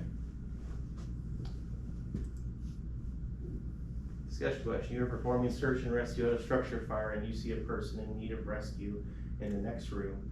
The incident commander calls for an emergency evacuation before you can reach them. What do you do in this situation? Hartman.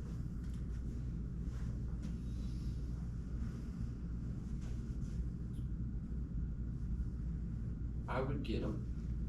You would get them? Yeah. Okay.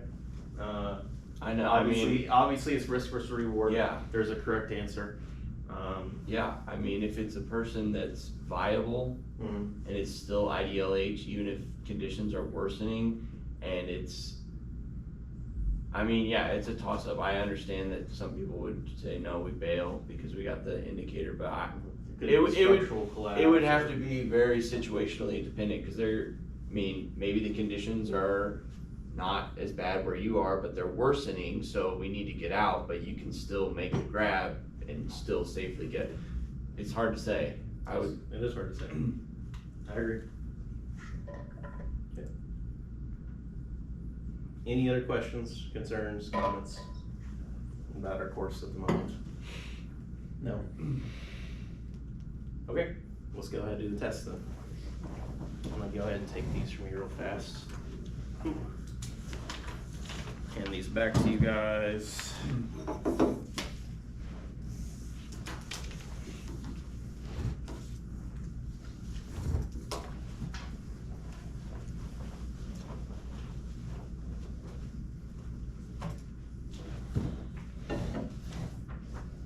Okay. 10 questions. Don't cheat. Don't look at anyone else's paper.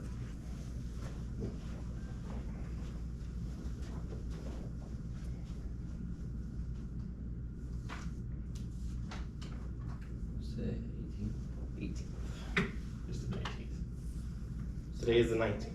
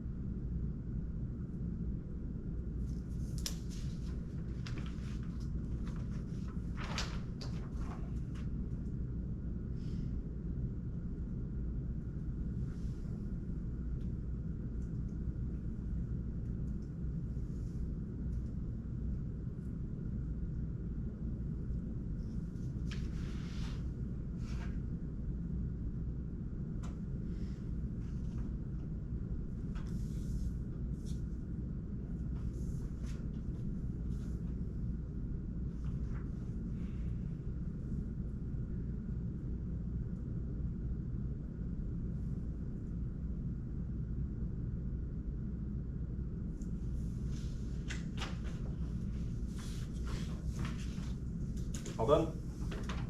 Yes. I'll take them. I'll go ahead and grade them. You guys take a 5-10 minute break.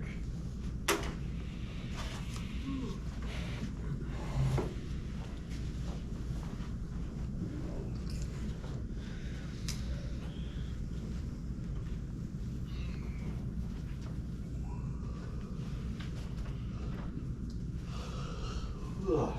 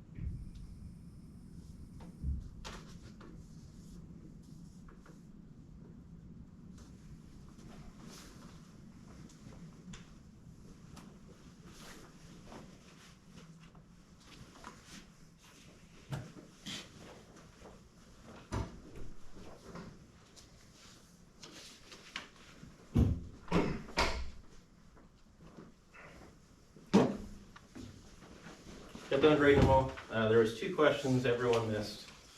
That was question 5 and question 6. Question 5 was airborne pathogens may cause illness through inhalation, or pretty much everyone said absorption. Obviously, they can be ingested and cause problems too. So that answer is just direct contact with them, not just absorption, but contacting your stomach and whatnot. And 6, which SCBA component includes a control valve with a high pressure hose attached to one end. Everyone put regulator. Remember, your regulator is a low pressure line. So you have a control valve to open your air cylinder, and that goes into a high pressure hose. But that was it for this portion of the answer. The indoor test, everyone wound up passing. Real quick, let's go over what we're gonna do outside. So I'm gonna have all of you guys get your SCBAs and your face pieces out there, and then basically we're gonna complete this skill sheet. So we're gonna do routine SCBA inspection and SCBA cleaning.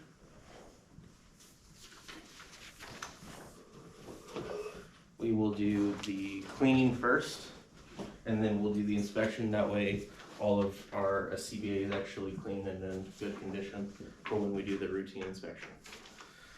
So over SCBA cleaning procedures, we're going to disassemble the whole thing, take off the regulator, all of that stuff. Clean the face piece with a mild cleaner and rinse completely. We have a bucket out there. It also says apply a proof disinfectant to the face piece and rinse completely. We also have that disinfectant out there as well. Dries with a lint-free cloth. I have one out there for everyone to do it. Cleans and completely rinses the pressure hoses. We got a bucket of water out there and a scrub brush and everything else. Thoroughly cleans and rinses the cylinder, and then clean harness assembly according to manufacturer specifications. Scott just recommends water and soap to get all the kind of debris off.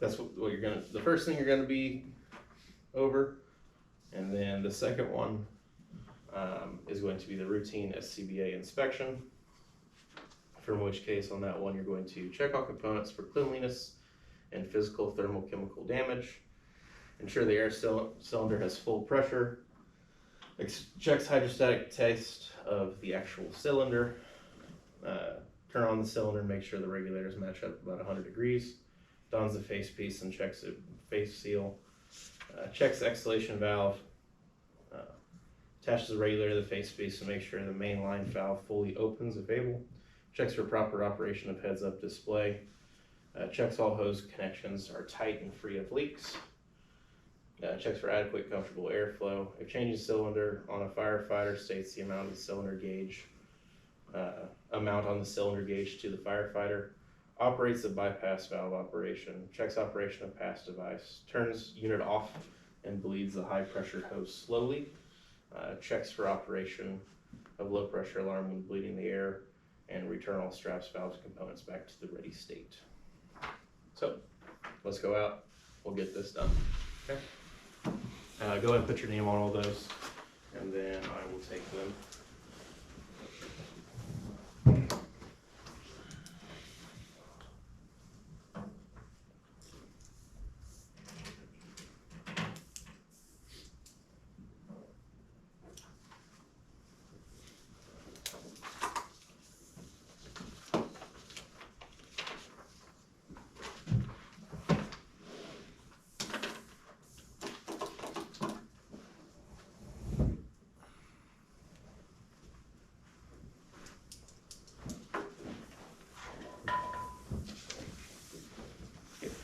If everyone wants to go, grab their air pack off your apparatus with a face piece, and then come and meet us over against this wall in the middle.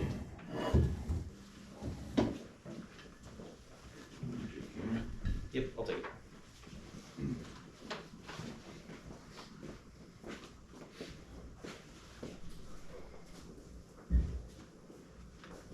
gonna grab the spare one. I don't want to have a wet pack on the truck right now.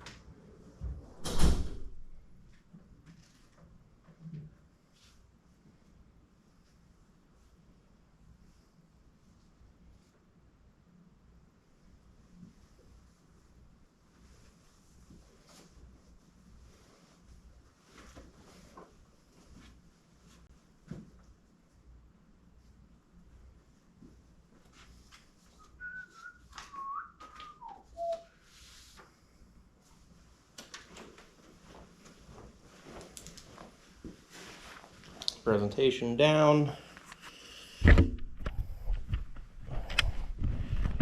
Now it's time for us to go out, and they will do all of the cleaning inspections of the SCBA, get the skill sheets done, and then record.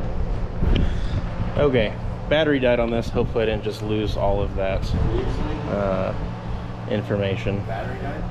Yeah, battery died earlier on this, so. I'm not doing it again. It was still recording until I picked it up, and then it said battery died, so I don't know why. But we're doing the practical skills test. This is Rodder. He's going to go over the routine SCBA inspections, and then we'll go through everybody. All right, Rodder. So I'm going to start by donning my proper PPE for inspection. I'm good to go. Going to start with my cylinder. Check it for any chemical, mechanical, or thermal damage. I'm gonna be checking my valves, making sure those breathe accurately. And I'm gonna check my hydrostatic test date. This is dated for 2022. And those are good for 5 years, so this is good. Or 3 years, sorry, so this is good for another couple years. Then I'm gonna go through my pack, check my back plate for any damage as well. I got a little bit of debris on my cylinder before I continue. It does have safe power. Make sure that's locked in. Check my straps for any chemical, thermal, or mechanical damage, or physical damage. Again, checking these straps as well. Waist belt, making sure we're good. Check my hoses for any obvious cracks or damage. Then I'm going to make sure my bypass valve is closed, mainline valve is closed. Plus my head open. Turn my pack on.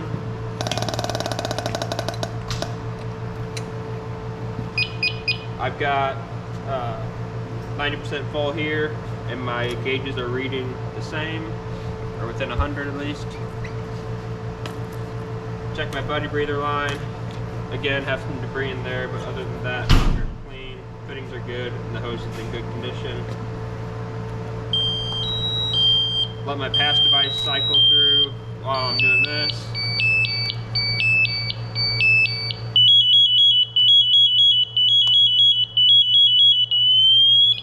Alright, so we know my pass device is functioning correctly. Check that off. I'll don my face piece.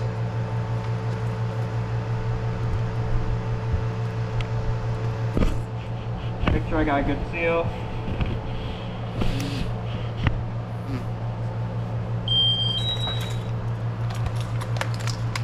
Then I will be donning my pack.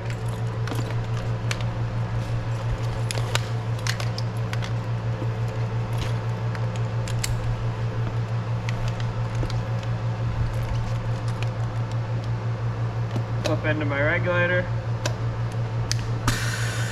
Verify that I have proper adequate airflow. Mainline valve is open. Heads up display is good. Bypass valve works. Go ahead and turn my pack off, cylinder off.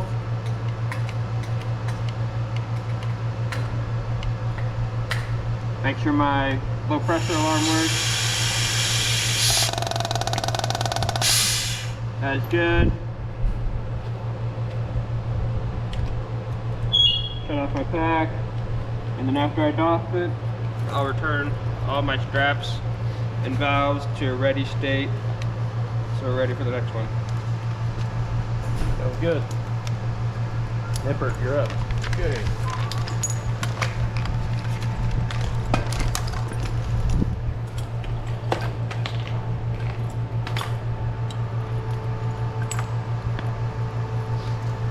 You want me to start? Yep, go for it. That. Okay. Alright, so first, I'm gonna start with the bottle.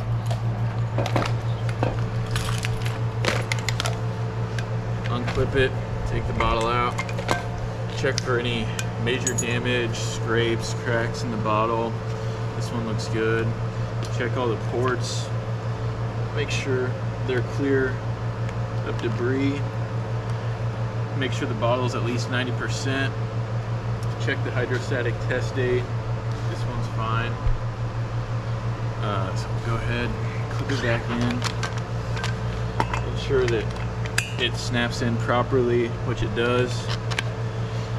Look at the pack, go down all the straps, look for any chemical or thermal damage, any tears, any frays. These look fine. Make sure they all slide and lock properly. Back plate doesn't show any cracking. That's good. Check all the tubing, make sure there's no damage to the tubing. Check my ports down here, make sure they all look good and they're free of any debris. Turn the bottle on.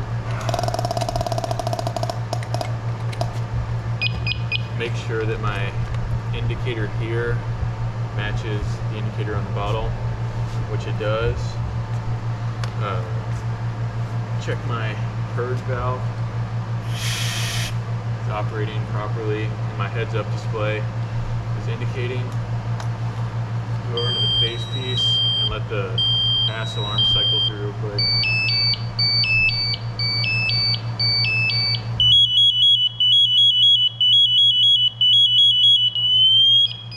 I'll also manually set it off to make sure that works. That's working fine. Check my face piece and make sure there's no cracking or damage. Make sure the straps are all in good condition, which they are. Go ahead and put it on. Tighten it down. Check for a proper seal. It's working just fine. Go ahead and don it.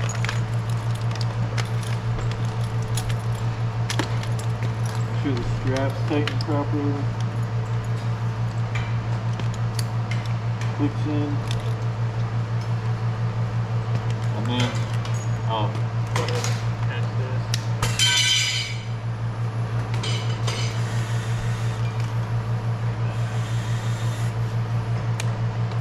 I can breathe out of it properly, and my bypass breathing works as well. Okay. Go ahead and remove my mask. Turn off the bottle. You say the airflow is adequate and comfortable? Yes. Okay. Turn this off, and as I bleed it, I'll make sure that my vibro alert goes off at 1/3. Which it does. So I'll turn it off and return the pack to a ready state. Turn it to what? A ready state. Okay.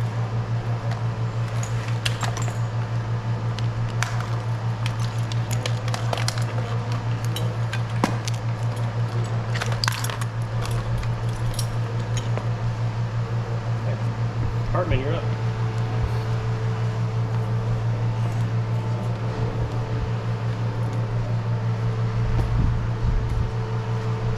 Alright, so this will be our daily inspection of the SCBA Scott air pack. So start by making sure all the straps are good and that they're not tangled and they're ready to be donned. Everything's good. We'll check the back plate, make sure there's no cracks or anything in that. Flip it over. Check the cylinder itself. So we'll release the cylinder. And we will check the hydrostatic test state. And make sure that's good. Make sure that the cylinder itself has no damage or cracks or anything that would cause it to fail. Check the threaded section, make sure it's good, cap that off, and the quick connect section, we'll check to make sure that we're close to full on our PSI, place it back in the quick connect, put that back on, we'll turn on the cylinder, make sure that the purge valve is shut off and that the regulator shut off as well so we don't have an air leak. Okay, so we'll let that turn on. Check the purge valve, make sure it functions properly. Check the heads up display. Here in a second it should show 2 green lights indicating that it's full. Once it goes through its check, we'll check to make sure that the bottle pressure matches with the regulator. Let this go through. Okay. Manually utilize the pass device. Okay. Okay, so we got green on the heads-up display. So that means we have a full bottle.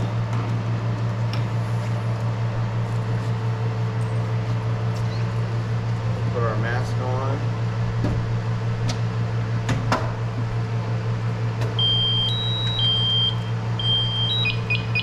Sure that we have a good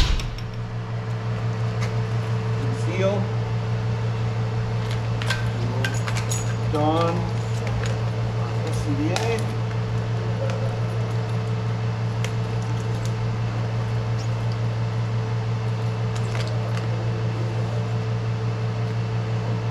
All of our straps are secured, function properly.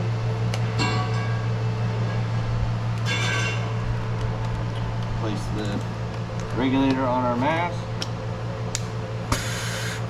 We have good airflow, no leaks. Make sure the bypass valve still works. Shut that off. Now we will doff the pack. Placing all the straps in a ready position to place back on.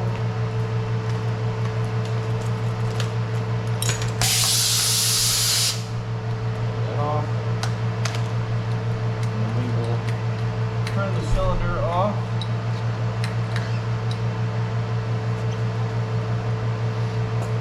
And leave the bottle.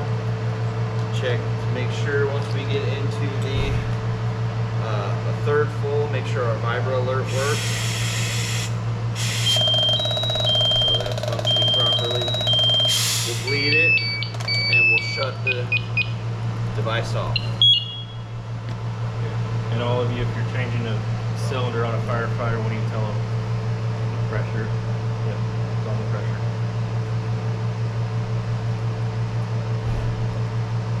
Okay. Let's go ahead. That was routine SCBA inspection. Let's do the cleaning of the SCBA. In that bucket we have kind of a little bit of water, a brush. This is the SCBA cleaner. We have a mass-free, lint-free cloth right here. Rotor, you're going to be up first. Most of the hose over here. If you need to spray it off, you can.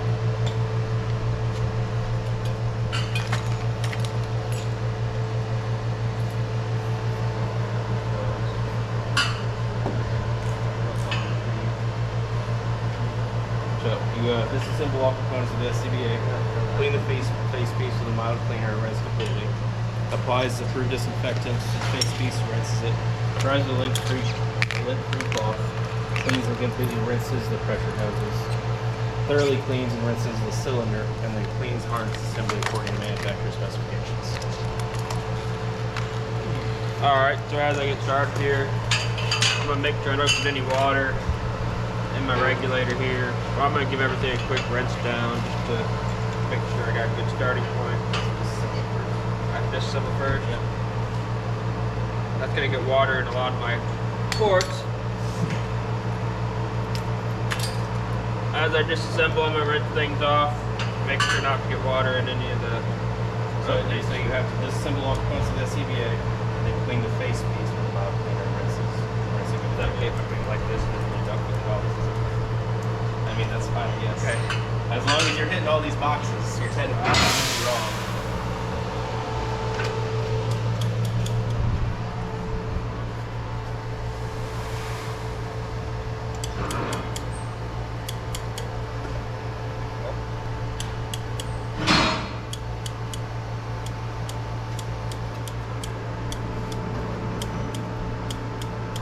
I don't think we have water over here.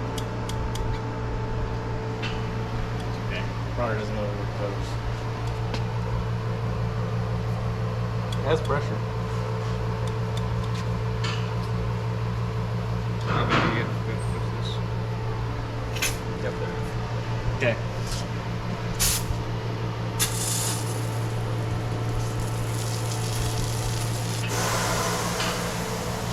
Alright, so as I disassemble the pack, I'm gonna be rinsing this thing off. Give you a little starting point.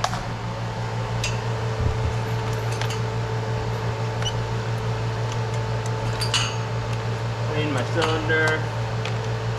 Again, making sure not to put any water in the system.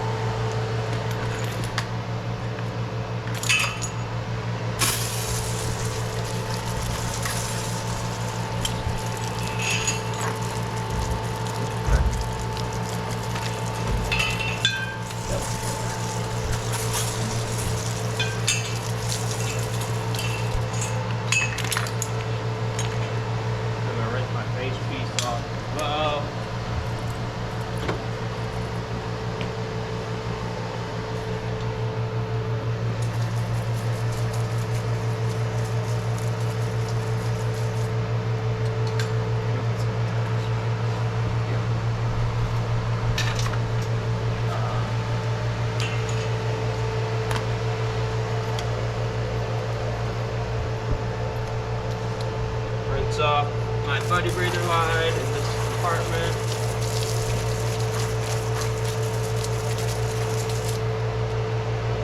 And then with my mild soap and the brush, soft bristle brush, I'm gonna start going over everything, knocking off our debris, get it all cleaned up.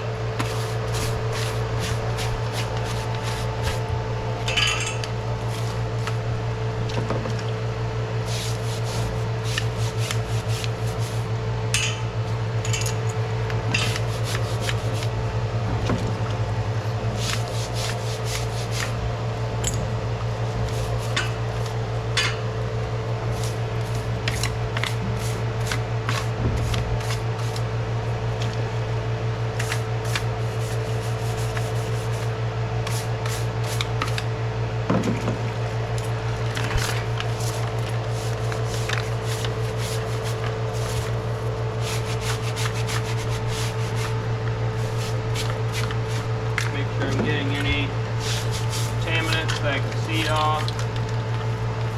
Inspecting it as I go.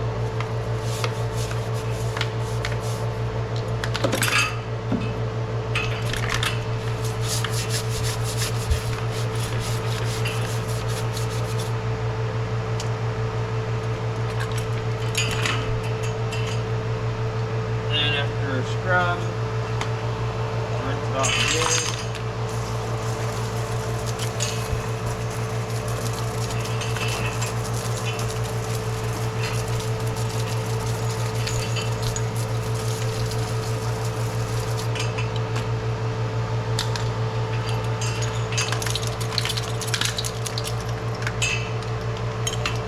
Then to dry the pack, it's going to be kept out of the sunlight, but allowed to air dry until it's completely dry. Once it's completely dry, I'll get it repacked.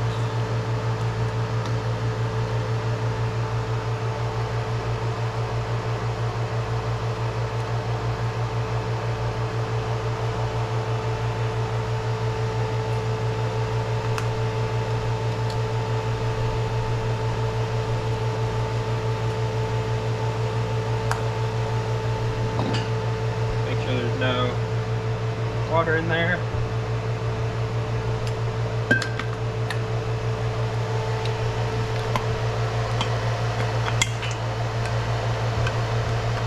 Get everything reassembled.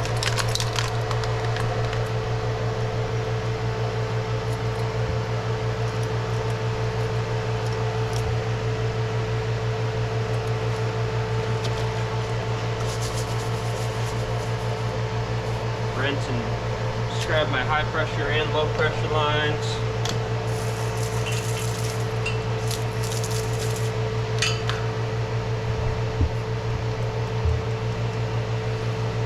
Get my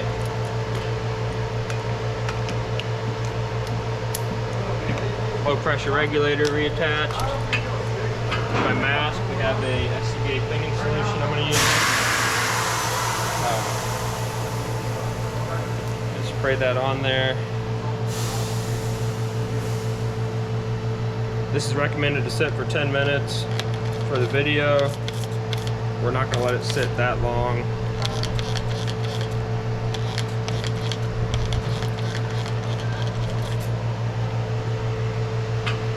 So I'm going to let that sit on there for 10 minutes and then give it a rinse. What are you gonna dry it with? So to simulate that, I'll rinse it real quick and then I'll dry that with a clean, lint-free cloth.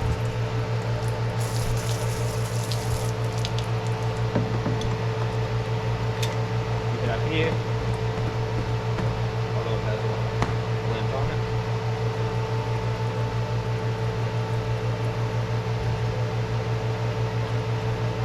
And then all these will be placed out of sunlight, fully dry, before they're placed back in service. Okay, you're good.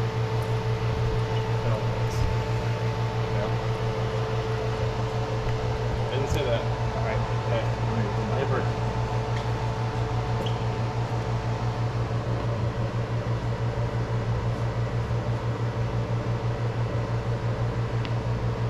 zipper just run away. That's what just happened. Apparently. Oh, Okay. We ready? I'm ready. So first things first, I will disassemble everything here.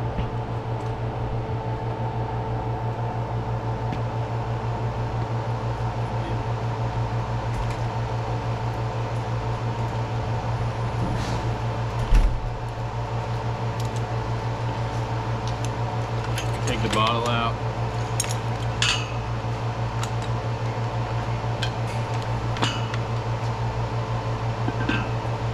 And I'll start just by making sure I have everything rinsed down with water.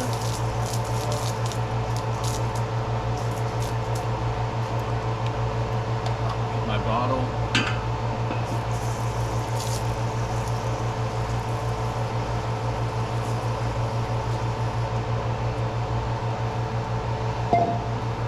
As well as my back plate, everything, my pack.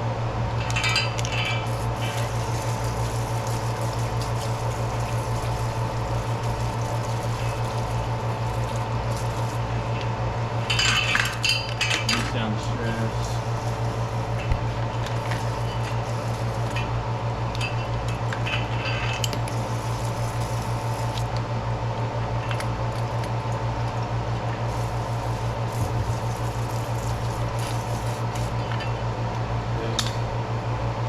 And then I have my brush, soft bristle brush, mild detergent. And I'll start making sure all the components are free of debris, wiping them down.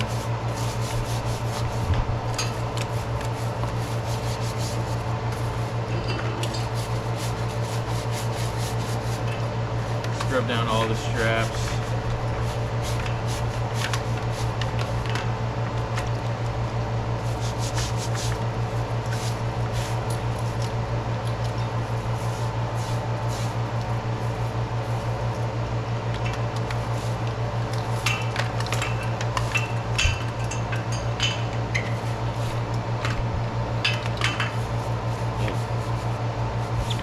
Since it's been running for 22 minutes, it says hour 48.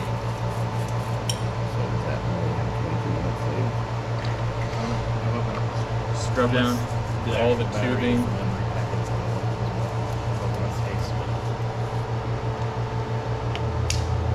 And then the bottle as well.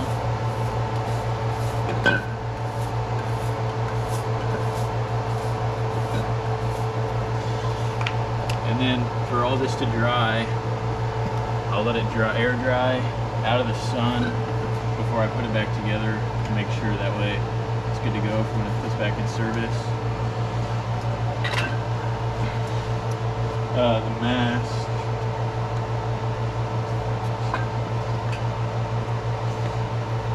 I'll do the same thing.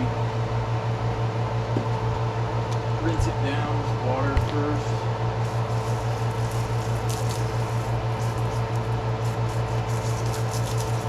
Make sure all the straps are clean.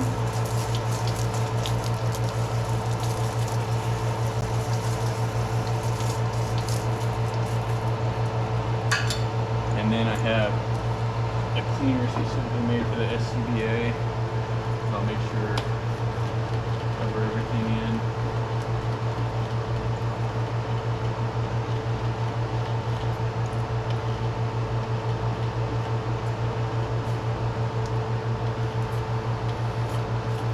And in a real scenario, you would let that sit for 10 minutes.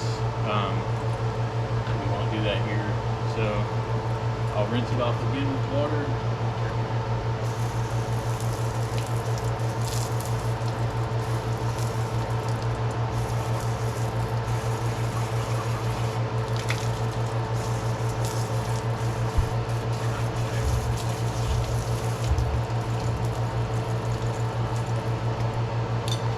And then to dry, use a lint-free cloth.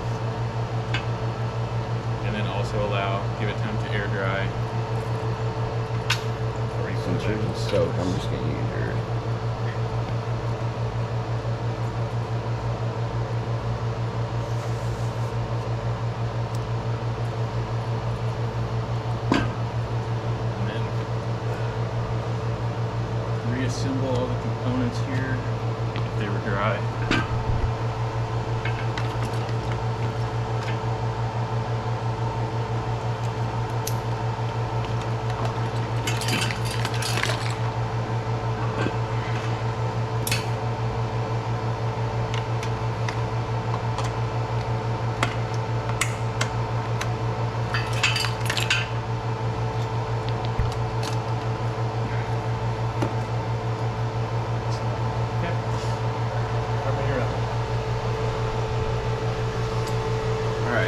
So we'll be cleaning the SCBA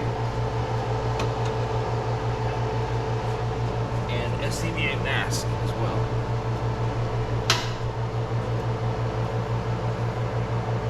So we'll start by doing a quick inspection, taking everything apart, all the components and everything that I'm going to be cleaning.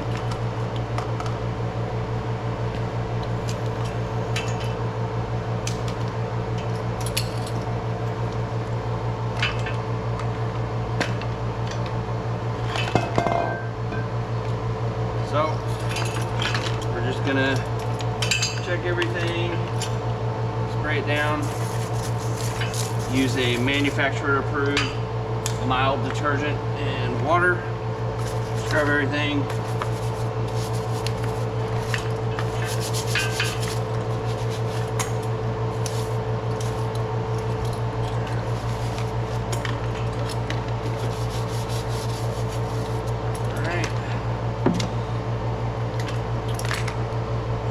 Rinse it off.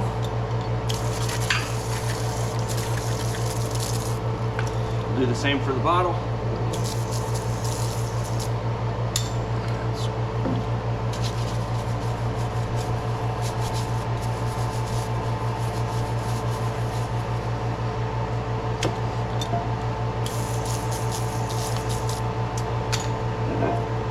Same for the regulator hose.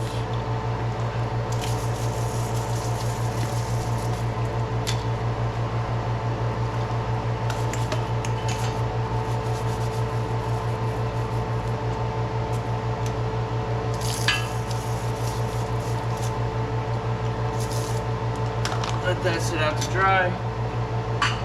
Rinse off our SCBA mask.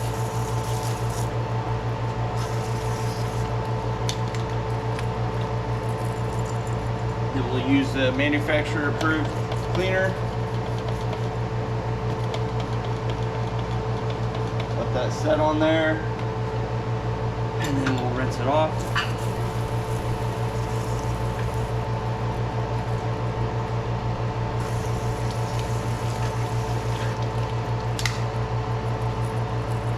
Let everything air dry, and once that's completed, we'll have all the components placed back together. And we'll dry the SCBA mask with a lint-free cloth.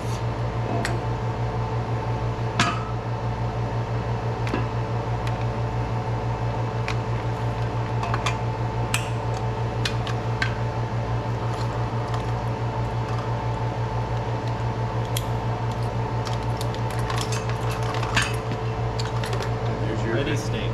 Okay. That's it. Wet. Yes. Very wet air pack. Very wet.